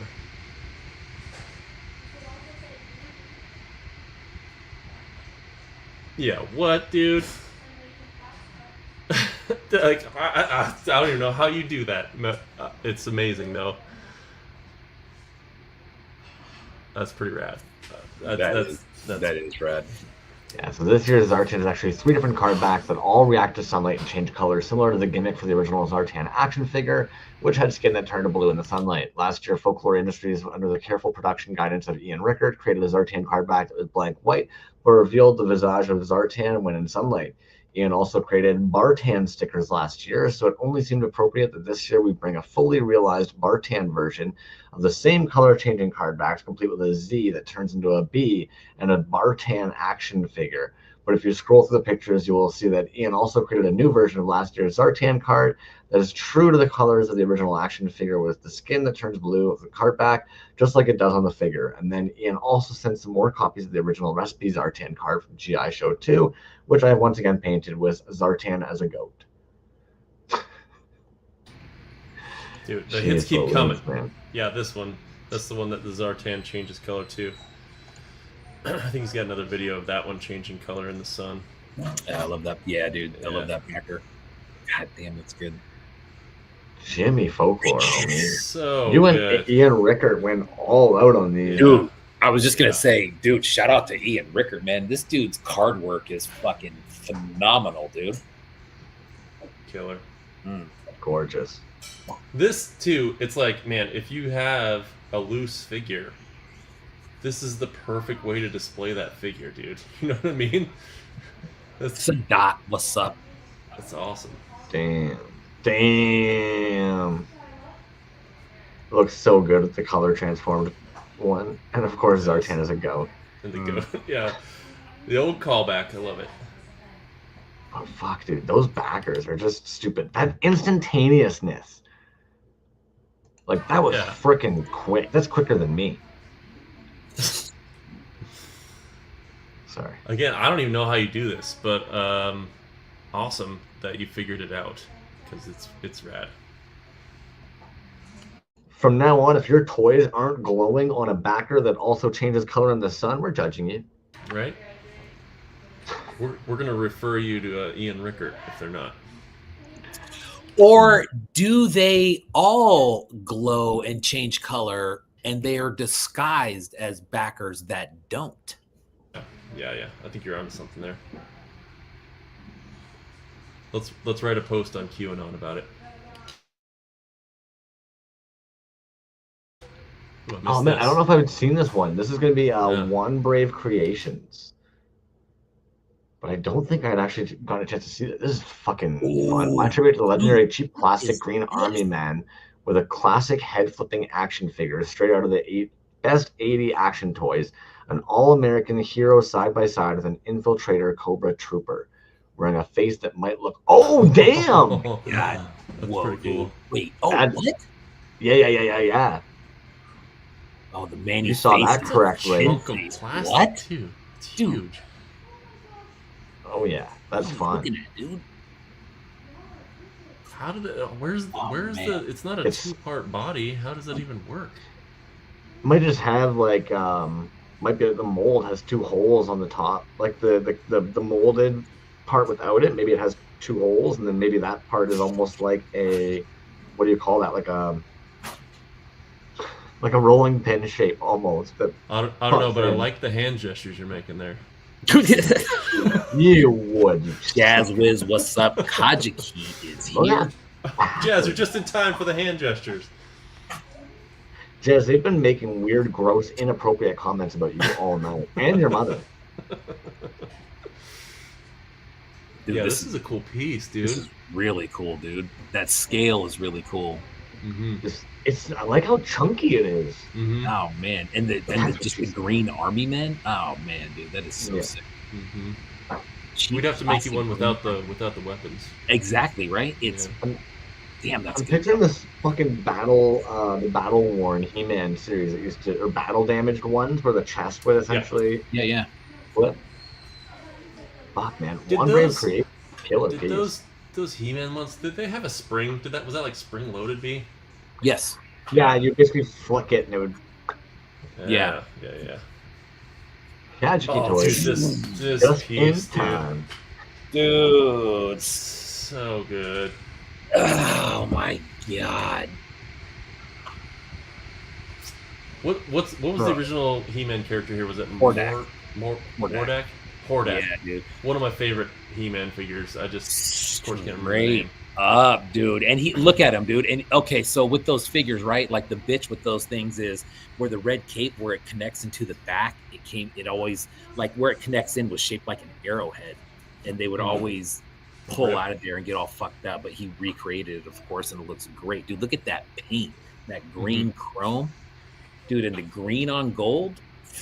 That's what I was thinking. The paint app on this is really fucking beautifully executed. Also, like, is this a cast of this? Because if it's not, that head being rubber would be struck bitch. Excuse my language. Dude, straight up. So Yo-Yo Dine says the Cobra Khan on the head, and then also that weapon I believe is from that's not a Hordak weapon. But yeah, that was the woman, the one woman in the line. Didn't she have that thing? No, Evil Lynn had a staff with like a globe at the top. Not a globe, but like a crystal ball type thing. Yeah. Okay. That's definitely from one of the Snake Men. Oh, the Snake Man. There was a dude that like you could take the whole body apart, right? And he was a snake inside. Yes. I remember that. King Cobra. So, Kage says, for the third and final installment of G.I.SHOW, Kage Toys is proud to present Horpenter, leader of the evil slithering horde and ultimate ultimately de facto ruler of Cobra, much to Commandor's chagrin. After being trapped in another dimension in a power struggle with Commandor, Porpentor finally escaped and returned to Joeternia, pissed and ready to reclaim his throne and the top of the Cobra food chain, and put an end to G.I.SHOW and the rest of the Joeternian heroes. He'll probably just end up a bumbling idiot like the rest of the Cobra buffoons. It's been a wild ride these last 3 years, bringing G.I.SHOW to the indie toy art scene, and though both Cavedweller and myself are grateful for all the participation and excitement this show has created, there's a show that started the two of us down this online art toy show path, and our lives have been forever impacted because of it. So to say it's slightly bittersweet to say goodbye to G.I.SHOW is an understatement, but bet your sweet ass the two of us have a lot more in store for the future. We actually heard apparently they actually had a message at the end of their live on IG tonight as well. So if you haven't checked out their IG live, make sure you check that out. Watch it right to the very end, and you might be in for a little surprise that even we're going to have to catch up on after this. And so with that, we bid adieu to G.I.SHOW, and as always, remember, knowing is half the battle. I'm pretty sure fighting is the other half. There. They never really discuss what the other half is, do they? FKD says King Hiss, you are correct. I said King Cobra, that was wrong. Kage says, and the snake staff is from Rat Lore. From yes. Perfect. Sweet. So yes, it's Serpentor. As I said before, he was one of those Dr. Mindbender threw together all the DNA from all of the like greatest leaders in history. It was like Attila the Hun and I don't remember the other, but they like threw all else DNA and made Serpentor, and he was supposed to be the greatest leader to lead Cobra into the new, century or whatever. But that's where the color scheme comes from. But like this, that fishnet paint on the legs and stuff, like, ooh, I don't even know how you do that. But it's really well executed. And then the fishnet paint, my heart fluttered a moment. I bet it did. Dude, and speaking of 5.5 work, dude, we were talking about Jebaho earlier, but man, Kage keeps 5.5 work is stellar, dude. Killer. A bunch of 5.5s from him, dude. And the one thing that's crazy about it, not crazy, but like I think stands out a lot is, dude, they never fall down. Like the balance there on those figures is so. And usually it's because he uses feet that are really wide. But damn, dude, I mean, they're just always nice pieces, dude. And look at that one, dude. Mm-hmm. So the Hordak piece didn't have that like Cobra skull on the top, no. Right? That's added. Yeah, he must have sculpted that in.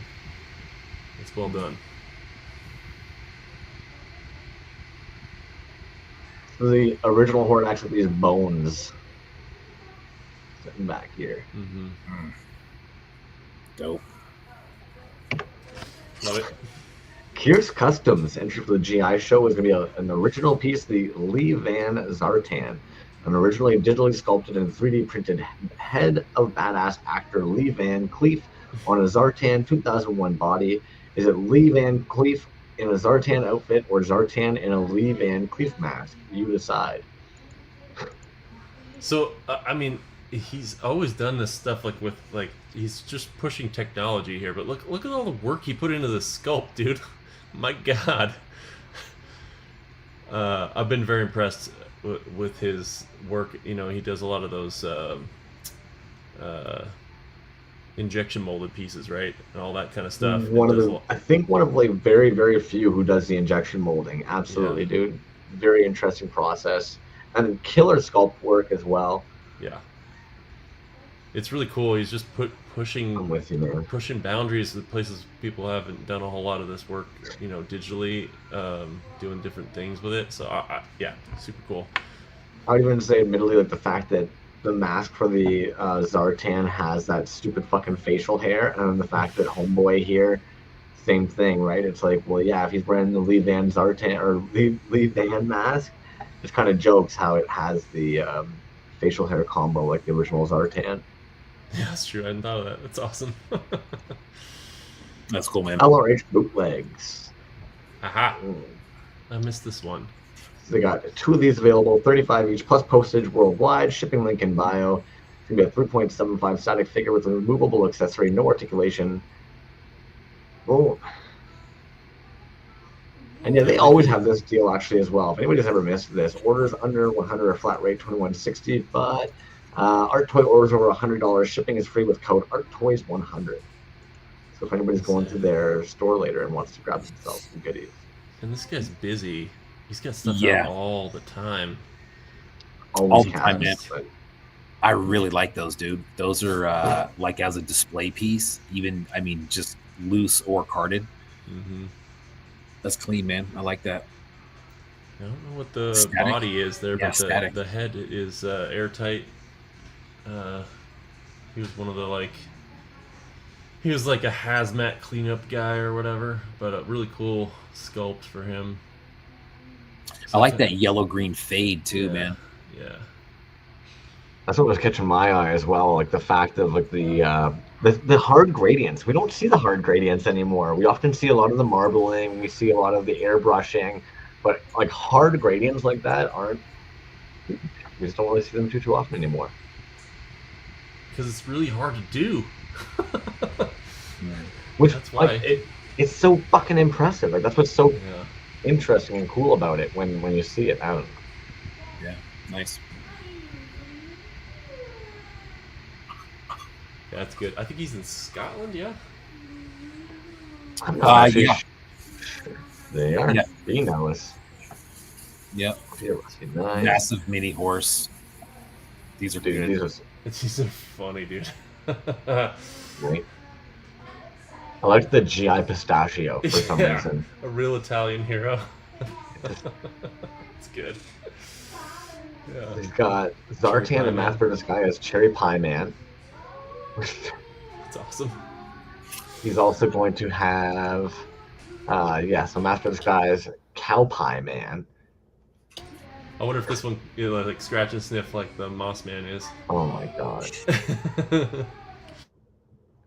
If anything, that flocking looks like it would be such a bitch. Like the longness of that. Flocking in general always just seems like such a. Anyways, I'm not for me. Jokes, man. Zartan, Master of Disguise, Turtle Man. Good reach. So was that the name of that movie, Master of Master of Disguise? Disguise. Yeah. Absolutely. Dana Carvey. That's good. Those backers too, man. Just beautiful. Yeah, those are nice. Yeah. Sorry, this dude looks like it would be a pain in the butt. They all look like they'd be a pain in the butt. I'm liking these strings. Yeah. Interesting. Oh, okay. Electra. Cool. I call all at the same time. We're all. Ooh, oh. Yeah. Ooh. I like that, dude. Honestly, when artists do that, like if they're doing exactly what we see here, and they take a picture and they kind of show it. I mean, Right. sometimes you can tell, but to kind of see the original ones is cool. Sometimes that's cool. I'm right with you. there. Interesting. Yeah. What's that? I was wondering the same. What the fuck is all over that dude? Yeah. Pop rocks or something? I was gonna say maybe little. God, dude, I don't fucking know. Nerds? It's very like it looks very it's like appealing. The tactile sense. There's Dippin' Dots. Real synth Dippin' punk. Dots. Whoa. And I think we actually Cavedweller just hopped in as well. Booyah. Cavedweller, we're gonna pull you in here. You're gonna give us a quick little rundown of how your IG Live ended up going this evening. Nickelodeon Flome or some shit. Yes, I agree. Hey, here I am. Here I am. Sorry, I'm on mute this whole time. Cavedweller's voice. How are you doing, dude? Good, man, good. Good. You guys Show just wrapped up live the, was long and didn't work very well. fair. As per usual, the Instagram Live never works well, so you're on track. That's right. That's how you know. It's tradition. We looked at some old Mad magazines, though. That was pretty fun. I did actually enjoy when you guys were going over the Mad magazines. Did you guys end up just getting a chance to wrap up now? Yes. I believe that. So for those, I'm going to put you full screen for a moment, just so you can give them a little rundown of who you are and what role you played in all of this, and even explaining that little IG live you just wrapped up. Got it. Well, Cavedweller Toys is me. I am Cavedweller Toys. Me and Kage, we host the shows. Kage does all the real work, and I kind of do all the schmoozing and begging people to be in the show. And that's what we do. It's been a long night of looking at everybody's pieces, and you guys doing the same thing. And it's going to be a long night for you too, I'm sure. But it was our last GI show, so we're never doing it again. It's retired. I'm holding out hope. I'm holding out hope. I don't buy it. It's a closure of G.I.SHOW in disguise. We're hanging the G.I.SHOW jersey in the rafters. That's totally fair. I mean, in the nicest way possible, but I can tell that you guys have been zoomed in watching because your eyelids have that like cartoon style level of like watching a screen for the last 3 hours and 45 minutes probably.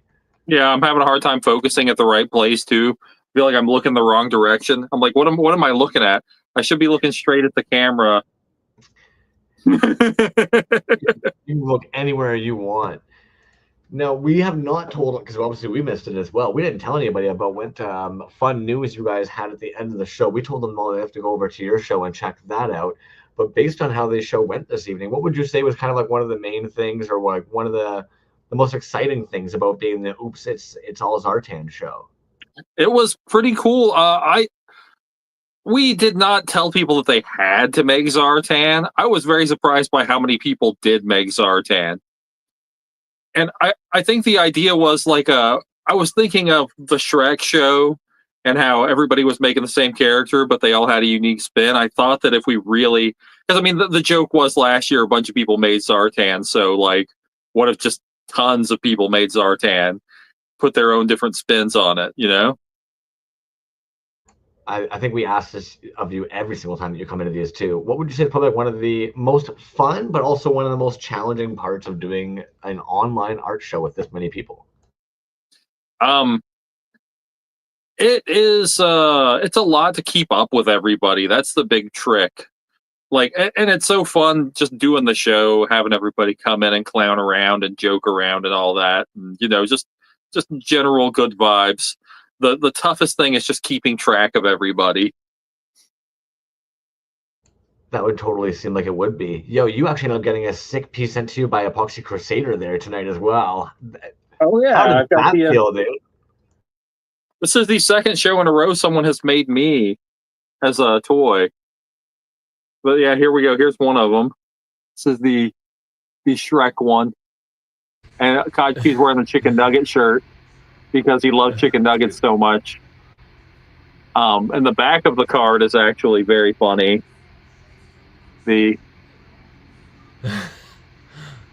Removing the mask. That was brilliant. Yes, the old mask pull off. That's funny. That's good. And he actually made two versions. This one is the Mario mask, the famous Mario mask. Dude, that's awesome. These are deep cuts. Another little Kage. Instagram Live deep cuts. Yeah. Right. So yeah, this one's going to Kage, and this one's staying with me. So now, Cavedweller, we haven't gotten to your piece yet, but do you by chance have your piece handy there tonight? And do you feel like showing it off to us and giving us a little rundown of what you end up making? You asking me to show off my piece right here on the live? The man's obsessed with crotches tonight. I don't know what's going on. I was going to say, I've been getting called out on my crotch talk all night. So, I mean, sure, whip it out. Give it down. Here we go. It's crotch talk. Here we are. It's Zarby. It's so good, dude. I love it. There she is. She's got a little backstory I'm sure you guys will get a chance to read, but it's a Barbie, but Zartan.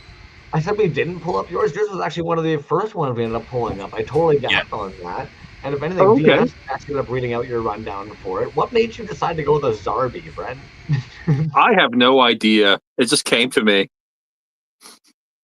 I don't know where the idea came from. It was just kind of like, yeah, that'd be funny, and there it is. I also have a Pass the Thimbles piece with me. Lil Zartan. Yeah, That's That one's freaking good, dope, too. man. I don't know if you guys have gotten there yet. We haven't gotten to that one, and I was curious about that one. How'd you end up with that piece in hand? My wife has passed the thimble. Oh, fair. Inside grabs. All right. Now we know. So That there came you out go. dude. That's a really fucking fun piece. Did they Lil sew up all Zartan. that? Yes. Yeah, she made the whole little outfit.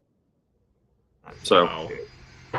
So yeah, but no, it was a great show, and it was a long night. But man, these shows are always great, and it's so nice that people jump in. And obviously, we have the Kaiju versus Robo show coming, and we have the unannounced mystery thing in between. So Yeah, I was going to ask you about the unannounced mystery thing. I thought you said on the live, you were like, oh, we're going to say it at the end. And then you said, oh, we're going to say it right now. And then it sounds like you didn't say it at all. So what's the deal? I didn't. Kajiki told me not to say anything, so we're keeping it on the download for now. Kajiki's not here. He might be in the chat. I don't know. Well, like I said, you're here. You're on. So what is it? I don't know. We don't. We don't have the official go ahead yet on this, do we? I don't know. It's cool, man. You know what? I saw somebody in the comments. They were referring to. No, this was on your live. They were referring to the Mad Magazine show, and I was like, "Oh, hey, that's actually sounds interesting, kind of cool. Maybe that could be interesting." Yeah, sounds like that's not it. So, all right. Oh, Kajiki says, "Go ahead, spill the beans." Kajiki's giving me the go ahead. Well, we are doing a assembly required mega show with you guys. And also a gallery, and also the actual show. It's going to be like a 5-day adventure, I suppose you should say.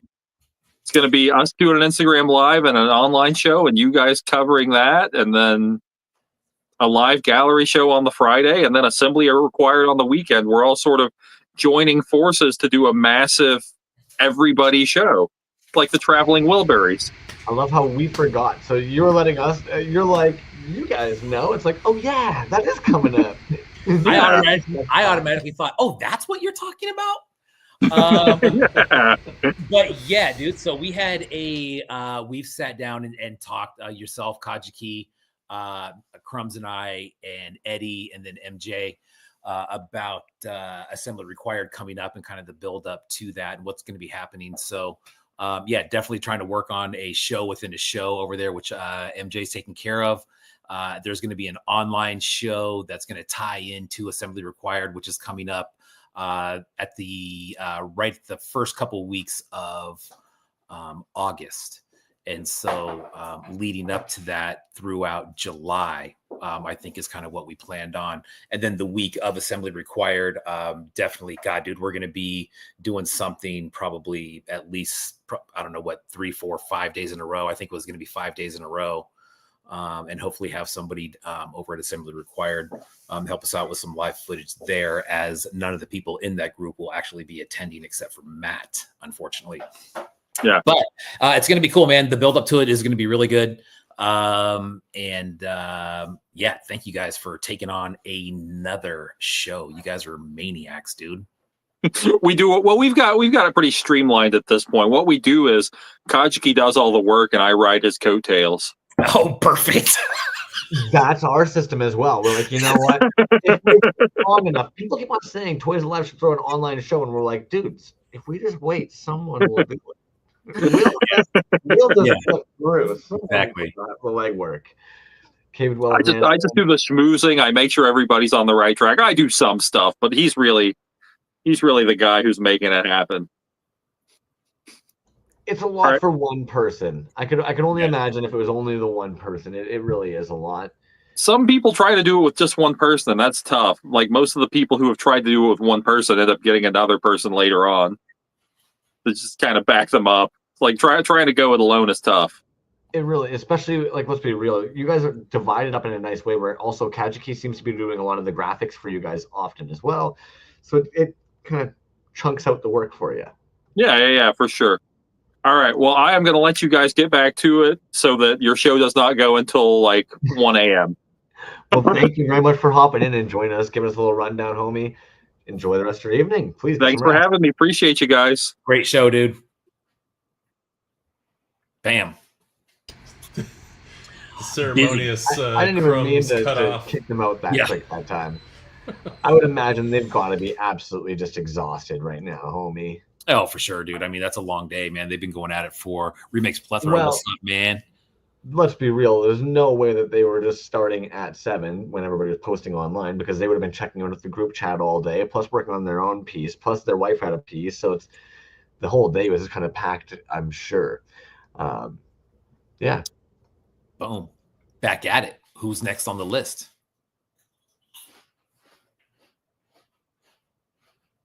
Lee, what is going on? Oh, Remix Plethora, I am not to like put you on the spot or anything, homie.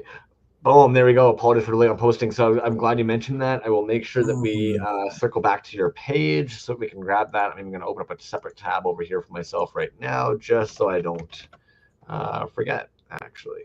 Dude. But yeah, thanks for chiming in, dude. This is a fun one, eh? A real abdominal hero. That's awesome.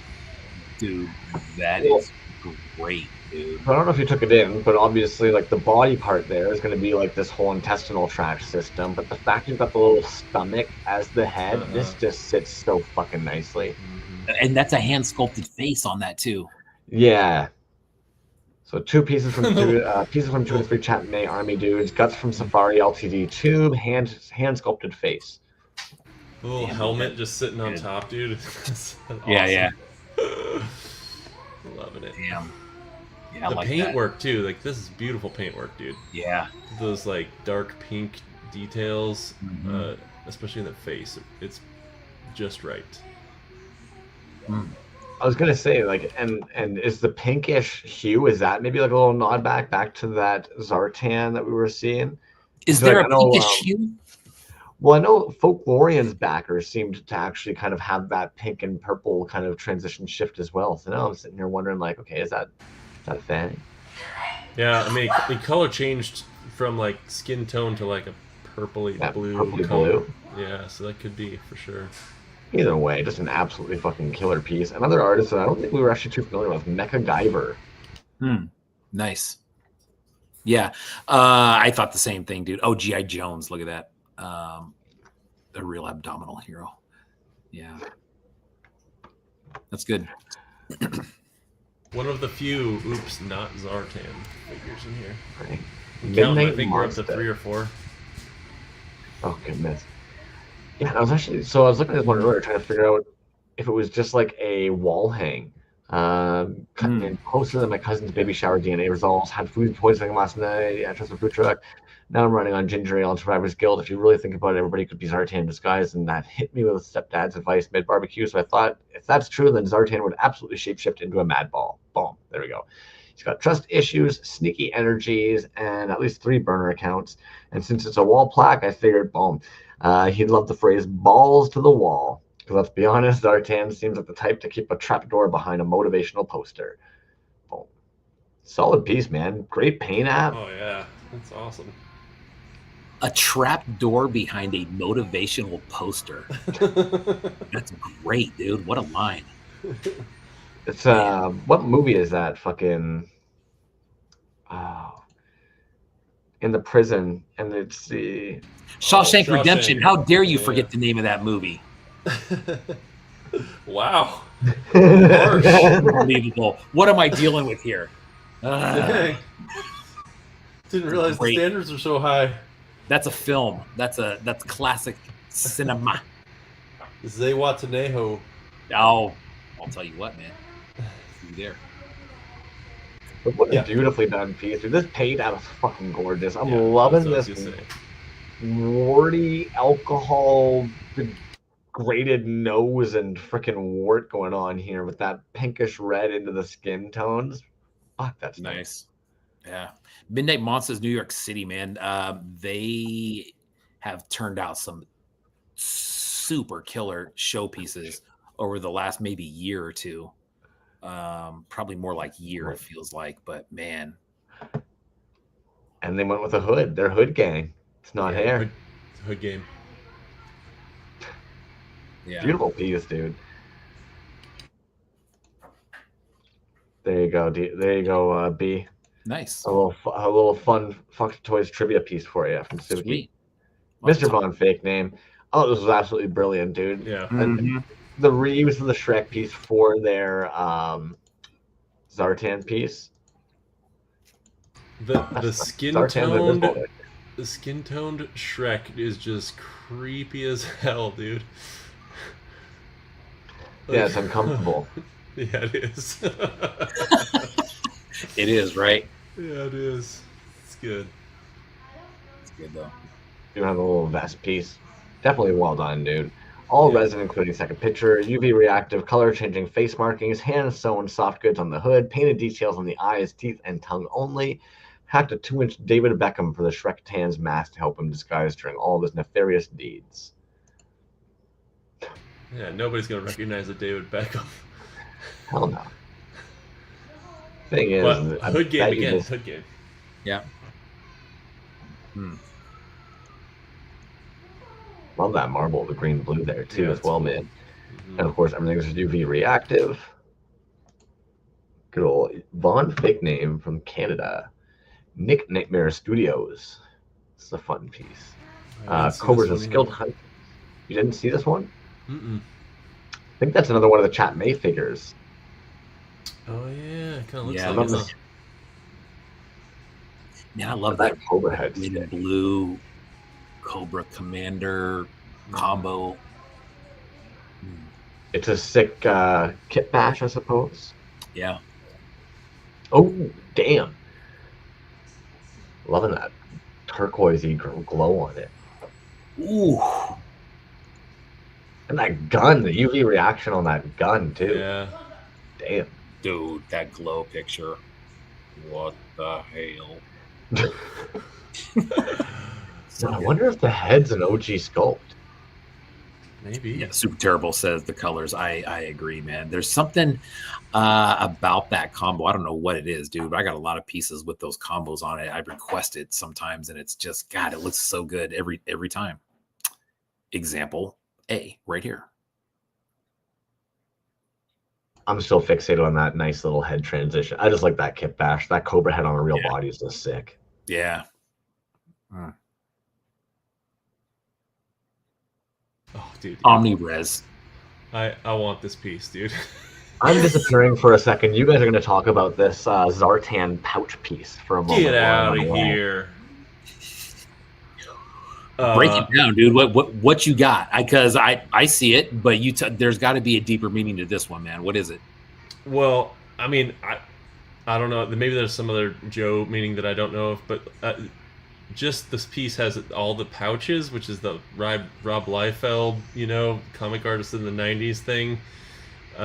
He used to put pouches on all of his figures, and just it's like an oops all pouches type of a thing going on here.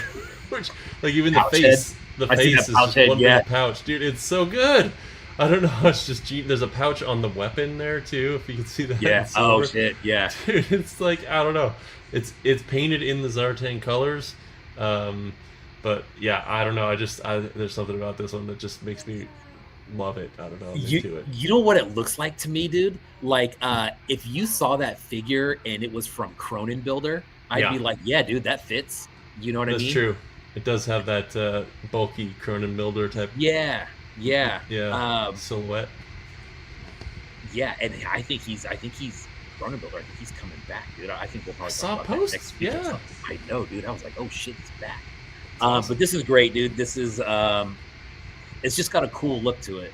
You know what I mean? I love God, that gun is pouches on his pouches. Yeah, hell yeah. It's good. It's I don't know. I want it. So it goes, man. I already DM'd him. So.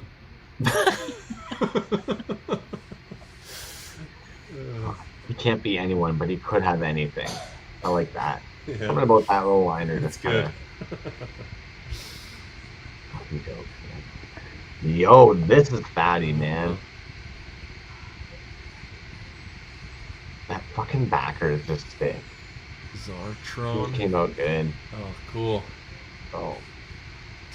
robot master of the sky. This let's just encourage people right now to do their custom artwork for their backers. Right. I want more of this. This is awesome. I'm with you. Yeah. Definitely a sick. And it's, I don't know, man, it's just fun to see everybody's different styles. It is. That's a good one too. Damn, dude, that is a sick looking figure. Not that one. That one is very cool too. But that Hood first game. I know you're more stoked on the weaponized dude, yeah. Well, we're going back to like that Ninja Duke he had too, the handgun with the sword. Mm-hmm. Can't go wrong with that combo. That's a sick combo, yeah. Let's be honest, like every 10-year-old boy in the world is gonna be like, and you had a sword? And you had a gun? It's true. Just Dude, dope that as is fuck. such a good looking figure, man. I'm gonna have to that's ask rad. about that one. I'll admit, yeah, this is definitely an account that was kind of new to me as well. The Yeah. Arson, I'm not gonna try. I'll just Yeah. butcher it if I try. Sorry. Met Aura last month. Super rad dude. There you go. Aura Senanicone. There we go. Maybe. Anyways. Richmond, Virginia. Nice. He's out in that area where Cool Cat stays. Close. Pass the symbol. Yeah. You know, just seeing Yeah. it in real time with the old cave dweller. Nice. I'm jealous of the letters in the background. Yeah, right. The actual composition for their post pick is actually fucking dope too. Beautiful. Yeah.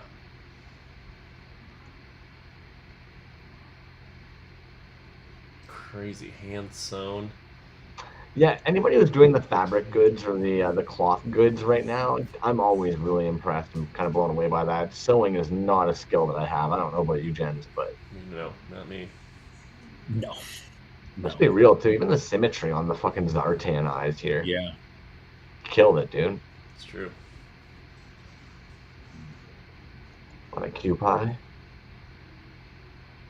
Is it Yeah. Q pie or QP? Not a clue. I'm probably saying it wrong Yeah. always. I go pie because I like pies. Who doesn't? Sorry.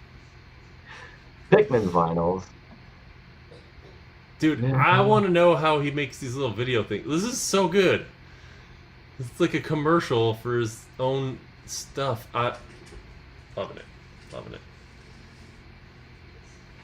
That's fun. And dude, what I totally would have wanted one of these when I was a kid. The whole thing, you stick him in the machine and it puts a mask on him. Like, I would have been all about that.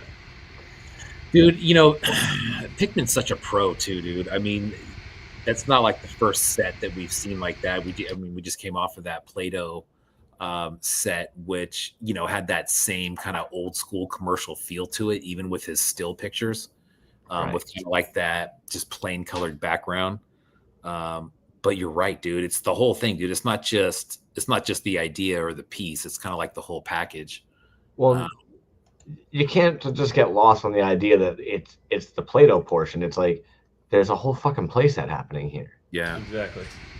Like I present the Zartan Disguise Station playset, a mix of kit mash and repainted, repurposed toys. This playset lets you put different dough disguises faces on Zartan to infiltrate those pesky Joes. Just a one-off, not for sale, and I'm darn happy with it. You should be, dude. This looks fun as hell. I love the way he intersperses the little cartoon stuff in there, like it's one of the old school commercials. But that's Yeah. just, God, Yeah. very A well whole done. other piece of artistry on its own. Yes. Tone, what's up, dude? By the way, Crumbs, watch that Revenge of Cobra one. That's a good one. Pocket Salsa was all over the map So today. good. I don't know if you saw this, B. That's so good. But even not you could be see that. Zartan. Who knows who Zartan could be? Like, what the fuck, Pocket? Oh my god. And dude ended up doing like 3 posts where, at minimum 3. Hey, DNF, man, your fucking ET is Zartan. You nailed it. You knew. He sent me this. I'm gonna use it as a backer at some point. Oh, damn, that's clever. Mm-hmm. No, I don't want to. I don't know how that ended up just happening. Ended up on Ashley Cates. I wanted to actually click on this here for their actual submission. I think this is kind of like their actual artistic submission. So Zartan illustration, I hit cuss words in the pattern I did, G.I.SHOW. So it's like, I would imagine that out of all like the kind of jokes, just like Zartan, this is disguised as like their real submission. I think they're doing fun. They were fucking jokes on this, man. Yeah. I commented on this one. I want a Trapper Keeper with this on the front, dude. This would be awesome. Keeper. Oh my goodness. I almost want. I don't know if you guys remember when like the Crooks and Castles, like the cocaine and caviar brand came out, and they did like the big Medusa thing. But if anything, I would almost want this as Zartan on a shirt. That's what this reminds me of. Those like 18-year-old coat dealer shirts. Mm. And then of course this again back to how it's kind of like their jokes Zartan pieces, because Zartan can be anything. Pocket salsa. Fucking funny guy. I'll just show up my Trapper Keeper. Oh jeez. Dude, is that an original? No, this is a reproduction one. Okay, I was gonna say if that's an original, dude. Those things aren't Did- cheap. Did you hear how much These are original. you took the window to DNS's sale so hard there? No. Just No. whole fucking excitement just evaporates from Yeah. this. Oh, it's not? Okay, next. Never mind. Hey, dude, here's a quick story about this guy. I actually talked to Jevaho before the show, and he was saying that he has done a collab with this artist who was new to me way back in the day on some of his first stuff. And this is another artist from Belgium. So, you know, you got Jevaho, you have this guy here, you got Frankenlander, all from Belgium. Dude, this is awesome. Yeah. Did we Well, I we think talked that- about Big Boa on the last show, right? I don't need to It would have been remember. on last G.I.SHOW because I believe it was oh goodness me, General Porpoise. Porpoise, Didn't yeah, we? absolutely. Boa. Yeah. So you guys are experts on Big Boa now. We're getting there. It only took us 3 years of having an annual G.I.SHOW in order to actually figure out some Joe ideas. But this is how much I know about Big Boa. I know that General Porpoise did a piece of him last year, and that's about what I know. And the boxing gloves. Oh, the boxing glove guy? Don't forget the boxing gloves. Yeah. Okay, I'm gonna go real quick into a little deeper into Big Boa.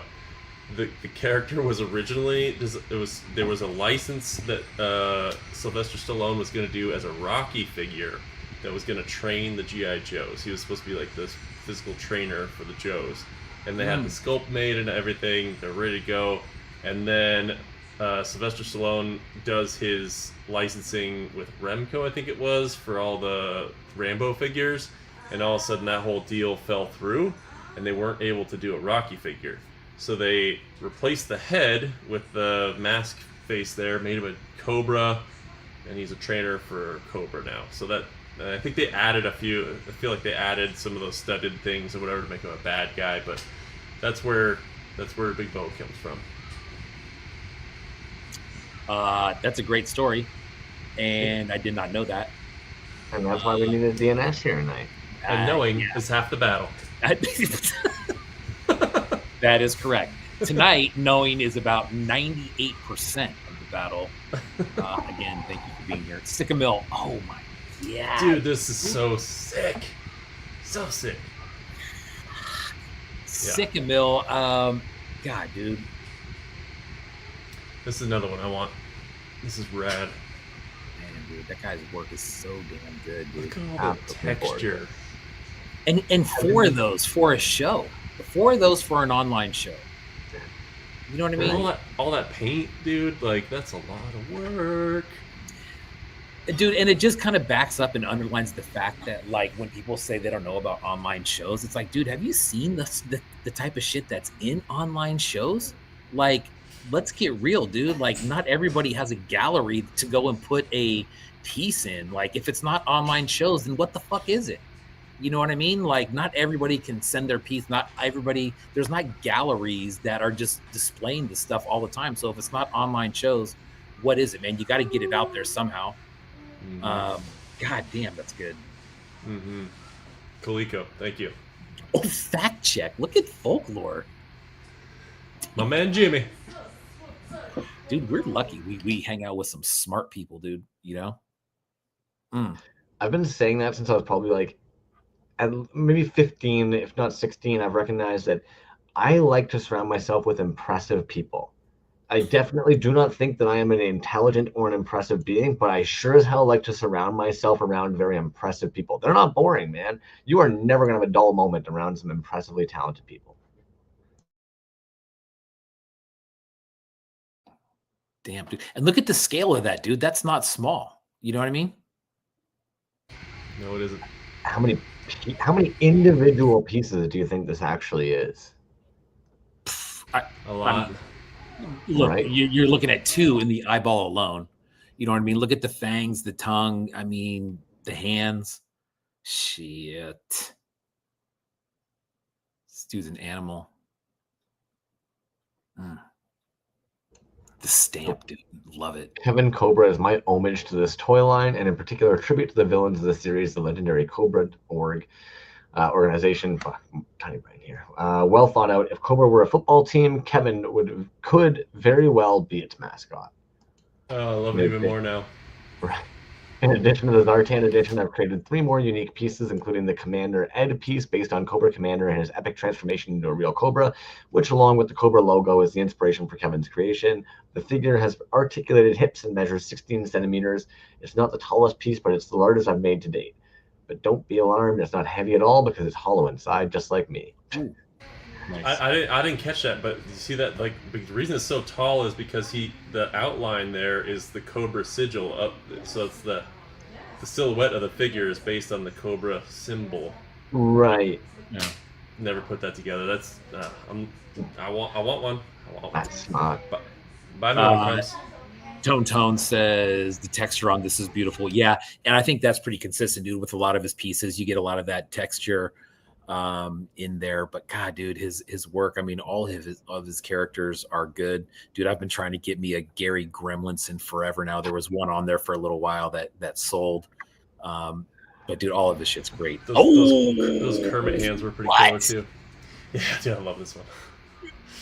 Slow pour Dude, is definitely. do you remember Mac Tonight, dude? Do you remember those commercials? Absolutely, dude. Absolutely, I do. The Mac Tonight Moon. I have a piece from somebody. It's a carded piece. I can't remember who it's from. I want to say Think Outside the Toy Box, maybe something like that. But it was a Mac Tonight, dude. And this is based on the old school McDonald's Happy Meal toys that they did a line of. There's that one that you always see, like he's on a jet ski. There was the motorcycle.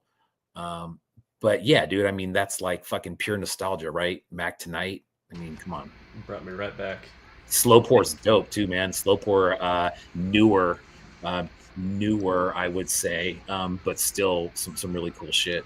Everything they make is so next level. That's the part that always catches me, man. Always is. They did that Adam piece, I believe, as well. Maybe I'm wrong. I'll end up learning afterwards. Yeah, it's a fun little piece. And also, as far as Mac Tonight goes, I'm pretty sure B has a magazine of just Mac Tonight pictures. He hides between the 2 folds of his mattress. He pulls it out at night. I don't think they got that at all, which good. Space Punk Toys. We've actually been looking at their account a couple of times. They're fucking nuts, man. I think they're actually one of our under 1,000 accounts as well. Presenting for G.I.SHOW the new and improved Destrobots, created by Mars Industries, the ultimate battlefield tacticians. These Destrobots are available in 2 models, 3.75 inches, articulated resin print, hand painted, $30 shipped each in the U.S. Claim in the comments if interested. Hey. Wow, that's reasonable pricing. Did anybody claim those yet? Dude, so God, dude, I love Space Punk toys, man, for multiple reasons. Like it's multiple things. That figure, I bought a figure recently that's like that, but their 3.75 work is super, super cool, dude. They display really, really nice. I also like the post that they do. It's consistently the black background with the red. I know that has nothing to do with the piece in general, but I think just as it displays visually on the post, looks really fucking nice and clean. The work is always super good quality, man. Like we've looked at some really dope shit from them in the last few weeks. and this one's right up there, dude. Space Punk Toys, man. They're from Asheville, and again, it's another one where there's not a whole lot of work out there, but everything that's there is you're just like, fuck, man, that's good work. I love this account, man. Yeah, it's awesome. If anything, DNS, why the two different suits? Is that actually a Destro thing with the gold shoulder here? Yeah, the gold was a later edition of Destro. I don't know when that was, like 91 or something when that came out. And he had a cape, and he had the gold instead of the silver. There was also, in between that, was Pimp Daddy Destro, which there were a few pieces, I think, the first year, where he had like name again. People call it Pimp Daddy, but he had like leopard print stuff is why. And I think in that first G.I.SHOW show, that first year, there were a few of those pieces like that. But yeah. I think it might have been Titty actually that did one of those as well. Yeah, I think you're had right. the peanut painting. Bliss Receptor, good morning. What's up, dude? And this one, dude, $30 shipped? Come on. It's very, great. very reasonable. Yeah, that's pretty wild. Price Absolutely. to move. You got that right. STC Forge, custom painted a Mobat to let the enemies know who is coming. When Zartan steals your tank, he makes it his. That's awesome. That's fun. So the Mobat was one of the first like G.I.SHOW toys, like vehicles that came out. Man, I don't know. That was like 83, I think. And it's like motorized. It has a little it goes forward, and so like the cockpit there where the guy's sitting, you could like push that forward to go forward, push it back to go back, and then turn left and turn right, and it would turn the treads and stuff. So this is an actual Mobat, which is I mean, there's a few of them out there, I guess, but like that's kind of a pricey thing to be customizing like this, I mean, this is a cool custom for sure. I don't think, Zartan, the Dreadnoks didn't really have tanks in their arsenal, so this is a new entry. Digging it. And it looks like a airtight in the cab there. Super cool. I can almost hear this thing. Yeah, right. It looks super nice, especially with that background too, man. I mean, that display is really nice. Mm-hmm. Absolutely. Yeah. Yeah, I wonder if they actually that's just foam core that they've chopped up and painted up to go as like a full display. Yeah, maybe. That was a big swing, though, man. That's a lot of work. God. There. Yeah. Super terrible toys, man. This is fucking This is so funny. This is so I didn't good. see that one. This one was cracking me up. Look at the little sticker. It says exclusive offer. I think if you scan ahead, there's a close-up, but this is so good. Yeah, it's on the back. They've got Zartan as the ruthless and disgusting alternate disguise of Zartan, and you can get your very own Zartan head free to send us a stool. Oh Jesus!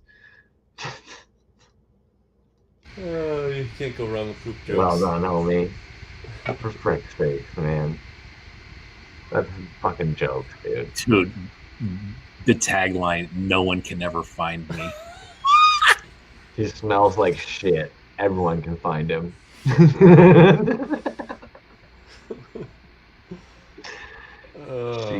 the little flies. Damn, dude. You went all out on this one, homie. Damn, dude. That's funny. I think I've read more this evening than I have all year. Damn. Not saying anything good, but the hollowed cardboard back of an action figure card, a canvas often adorned with the disclaimer, these paragons of pointless probes drone on about choking hazards for children under 3, as if a miniature plastic warrior wasn't inherently a small part, and the manufacturer's lack of liability for any imaginative battles gone awry.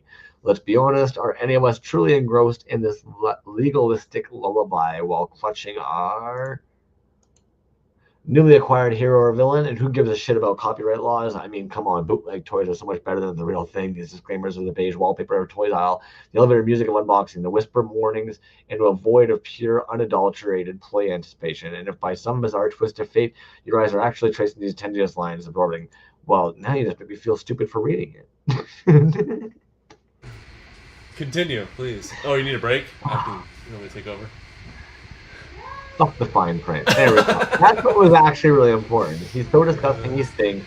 He really does. COVID's over, and we still can't take off our mask. Well done, dude. Holy shit. This is definitely one of those ones where like the figure combined with all the work into that backer brings it all just home, dude. Oh. Good one. Good. Fucking Terra Creations. I think this was a new one for me personally. Yeah.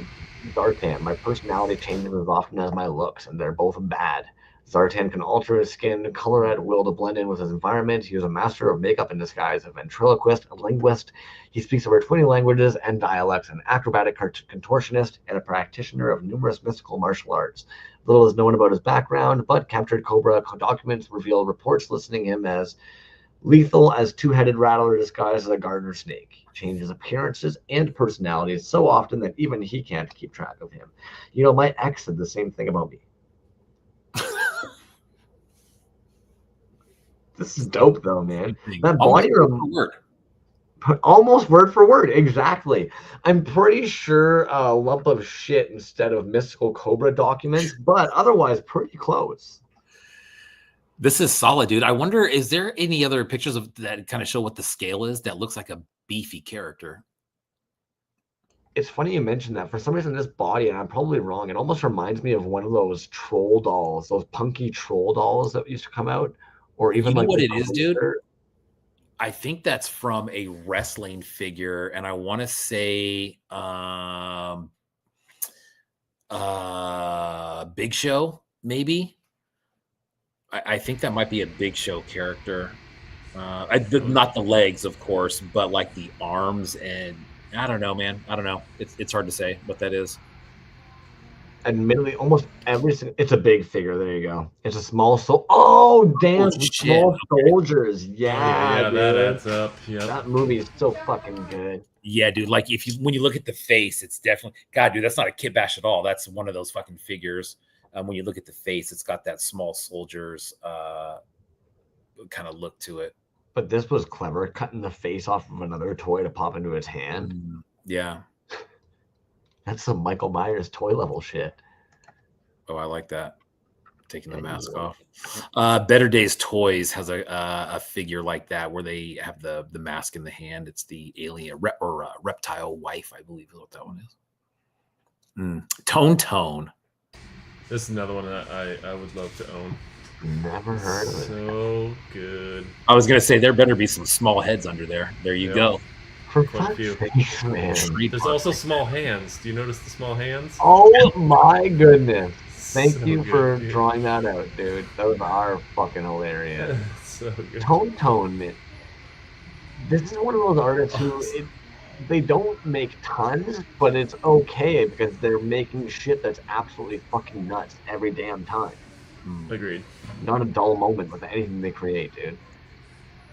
So a couple of deep cuts here. One is Tomax and Zaymot. It's the same name backwards. They were twins in this series, and they had like opposing scars, one on either side of the cheek or whatever. And they were like, it was weird. They were like these businessmen by day, and then like they dress like this by night and work with Cobra. But if you notice in the write-up here, he says the word doll numerous times, which I think is a little nod to the old action figure thing, which is a G.I. Joe creation. In the original line, they basically made like, Barbie-sized figures, but they didn't want them to be called dolls because they didn't think boys would ever buy them, so they started the word action figure to make up, so they didn't have to call it dolls. And they made there was a memo that you would never use the word doll to describe a G.I. Joe action figure. And here he is saying it like over and over again. Yeah. So, loving it. Love that.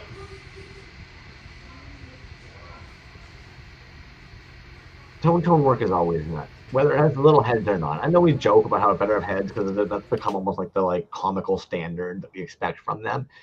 But I don't think we've ever seen anything they've ever made, tiny headed or not, little guy riding in the chest or not, where it wasn't just absolutely fucking tight as hell, man. Agree, dude. And some of the stuff that he's done, just his regular 5.5 work it's God, dude. I own a few, and every one of them is just badass. Check out the fact that this little hand there's a big hand that slides over the little hand that's got the knife in hand still fits into his stupid little sheath. So like you're never losing a part. Like that hand can just, you know. Yeah, and I think you can put either the sword or the pistol into that same holster. This is a video a little later there. Like, where does this head come from, though? Is that a custom sculpt? I don't recognize that. It almost reminds me of some kind of like Neil Armstrong head. Is it almost like the Adventure Joe head? Head shrunk 1969 G.I. Joe with sculpted totally mirror image hair. God, dude, wow, dude, he mirrored awesome. the hair. So for any of those folks out there that wish that their original 1969 G.I. Joe was actually a mirrored version, you can now acquire one by like, what the fuck, Don? Well, it makes sense because the Tomax and Zaymot, everything was mirrored. They were twins, so it lines up with the whole thing. Yeah, dude went all out.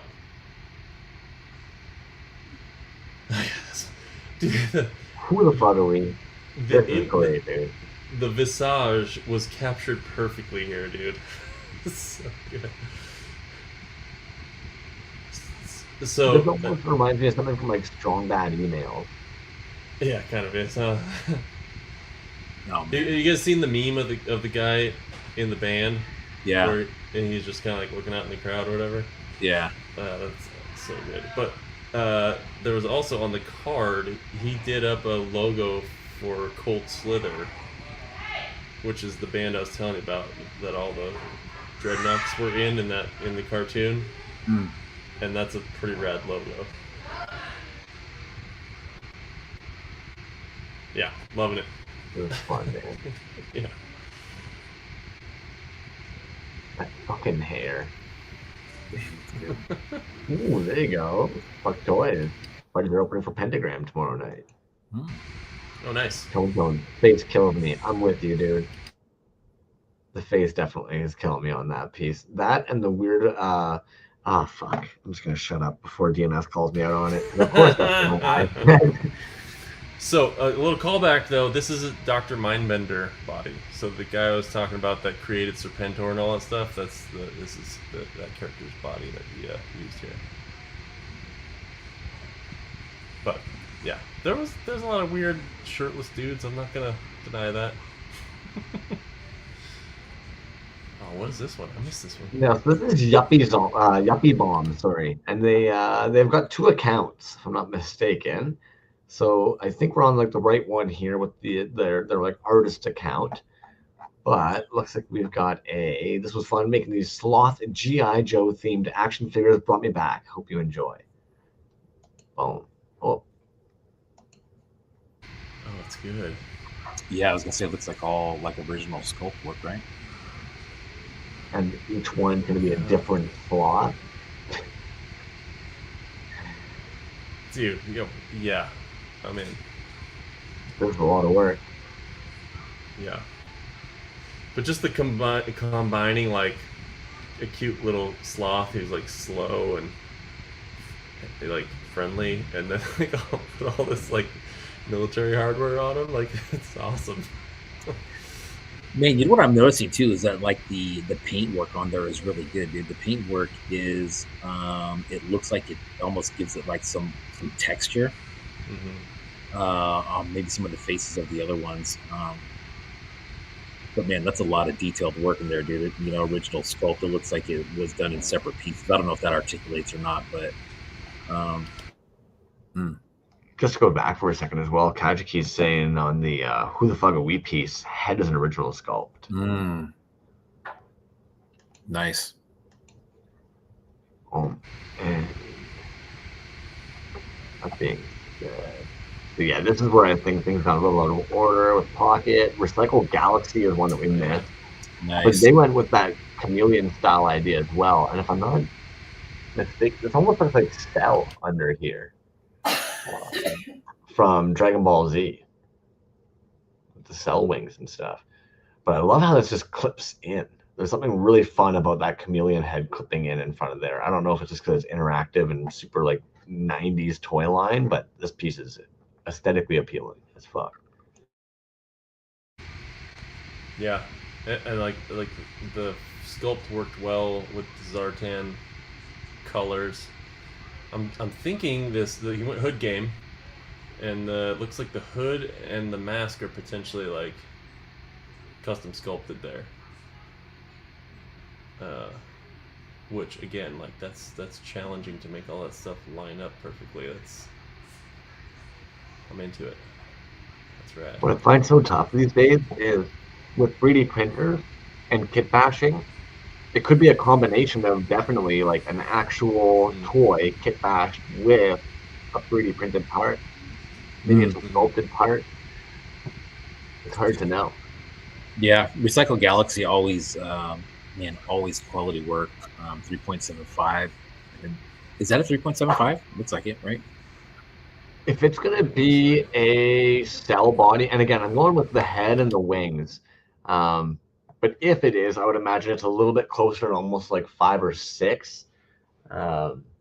Just because those figures are a weird size.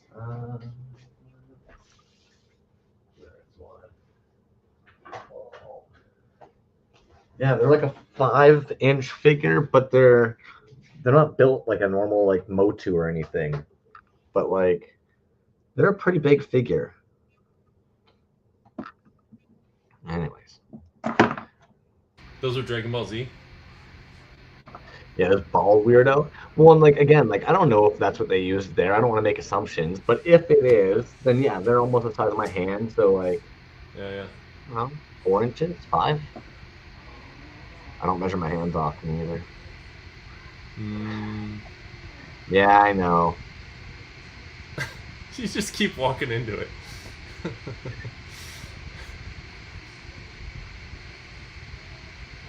Think otherwise we got remakes plethora that we almost missed. So I'm gonna pull up theirs, but otherwise I think we've made it through the list.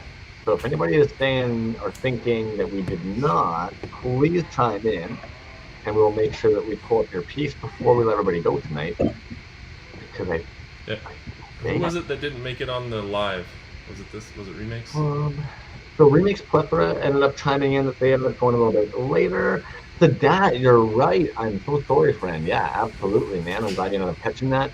So remakes plethora of doing this Zartan, G.I.SHOW, West Coast time zone fuck up. Something ironic or something creating with this moment before leaving for licensing expo. Check out the better artists. Oh, get out of here. Boom. This reminds me of like the banana taped to the wall. So I'm wondering if we're making a little bit of a gag joke on that. But then, anybody recognize this figure that we've got attached to the actual backer? I'm not sure what that is, man. Jimmy, let us know. I like that backer though, man.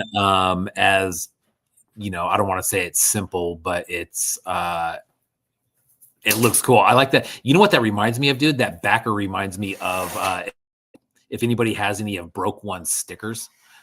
He's got these stickers that are they look similar to that. But anyways, yeah, that's cool. So is that figure taped on there? Like it. I believe that's some hockey tape. It looks like hockey tape stretched across and applied. Which, let's be real, if you've ever had hockey tape around, like it's gonna fucking it's on there. That's stuck on there. Yeah, exactly. It's like I think hockey tape is the same as like football tape, right? It's like that athletic tape. Exactly. Yeah. It knows you're gonna be sweating like a mofo, so it's supposed to adhere to that. Yeah. And yeah, so that I definitely, the moment I saw your piece, I was like, you're right, homie. I thought that I'd clicked it. But for whatever reason, it looks like we actually ended up missing you in when I clicked on the save and added it to the G.I.SHOW. Yeah, see? I hit refresh, did it? This was awesome too, yeah. Yeah, somehow we ended up scanning over yours. Sorry about that, dude. But yeah, VA Joe, Zartan, the broken years of vicious battles have taken a toll on the former Dreadnought leader Zartan, now suffering from severe brain damage. Same, bro. The one master in disguise now rambles around a padded room as his body morphs into former friends and foes alike. That's fucking terrifying. Excellent write-up. Interesting concept for it. Hell yeah, man. I'm here for it. Me too. So I was saying, like, if his Blumhouse... I'm sorry, go ahead. No, I agree with you. But I was just gonna say, if Blumhouse like made a horror movie about like G.I. Joe, this is like what it would be. You know what I mean? This guy who can shapeshift and change, and then he gets stuck in this like horror cycle, or he can't figure out what he's supposed to be. Yeah, I'm for it. But yeah, sculpt work. Yeah, dude. So that's sculpt work is super sick, dude. I mean, he does a lot of process photos too when he's making something, and dude, he's had some bangers that keep on coming up. So people are requesting some of those pieces over and over again, dude, and well deserved. I mean, God, dude, his work is super good. That's another one where it's like the backers are always legit too, but the sculpt work on like everything and this too. I mean, goddamn. Yeah, it's cool. It's a unique take. So I just want to make sure, didn't Kage say there was somebody that didn't get on there live, and we were going to pull up that page? Or did I miss something? I thought that was Remake's plethora Okay. chimed in that they hadn't gotten the piece. Okay. Yeah. I think we've covered everybody. Oh, and Lee said, yeah, that one was taped. Yeah. Okay, cool. Right on. Yeah. Yeah, sorry about that, guys. Admittedly, try clicking on the save, adding the man. Was using the arrow keys tonight instead of actually clicking on things. So I was hoping that might actually make sure that we didn't accidentally double skip anybody, hop over anybody. I know Vomiting, unfortunately, wasn't able to get a piece out, and I know Dre mentioned that they weren't going to be getting a piece out. Bastards of the Multiverse ended up pulling themselves out, doing one last little scan of the saved folder. I think we got all the homies. I always hate that part, man, because it's never an intentional miss, especially like we're usually using the Toys Alive account. We're scanning over everybody. I think there's one account who their privacy settings were all set to like a private account. So I did send off a follow request, but unfortunately, I don't think we were actually able to get that in order to see their piece tonight. I agree with this. I agree with that right there. Yeah. So maybe you need to work on that, buddy. You and Folklorian. You and Folklorian will sit down every week and talk about the history of Joe's. Oh, I'm down. God. I'm down. Toy history overload. That was a good show, man. Congrats to Kage and Cave Dweller. Man, that was another good one. Now, I heard everybody saying that this was going to be the last G.I. Joe show. Was that correct? I don't know where that came from, but is that the thing? I think that was kind of addressing at the beginning. Yeah, I think they were saying at the start that this will be kind of the last one. Yeah. Great way of ending it out with the fucking everybody's Zartan, right? Kind of just, it almost opened up that full free reign of be like, make whatever the hell you want. And three solid shows, man. I mean, 3 years in a row. That's a good run. Scraps was up there with what they end up with 5. That was another really good series from Angry Beast. But they're on to other shows now, and they're busy. When it comes to online shows, man, like I said, they are busy, especially with this one coming up that we have for Assembly Required. They're a great combo, in my opinion, dude. They just make a great combo. I like when I see a Cave and Cage show headlining on it. It's going to be just well organized, well executed. Even today, man, this community is nuts. We wake up this morning, Kachiki's reaching out, being like, here's a list of all the artists in case it helps.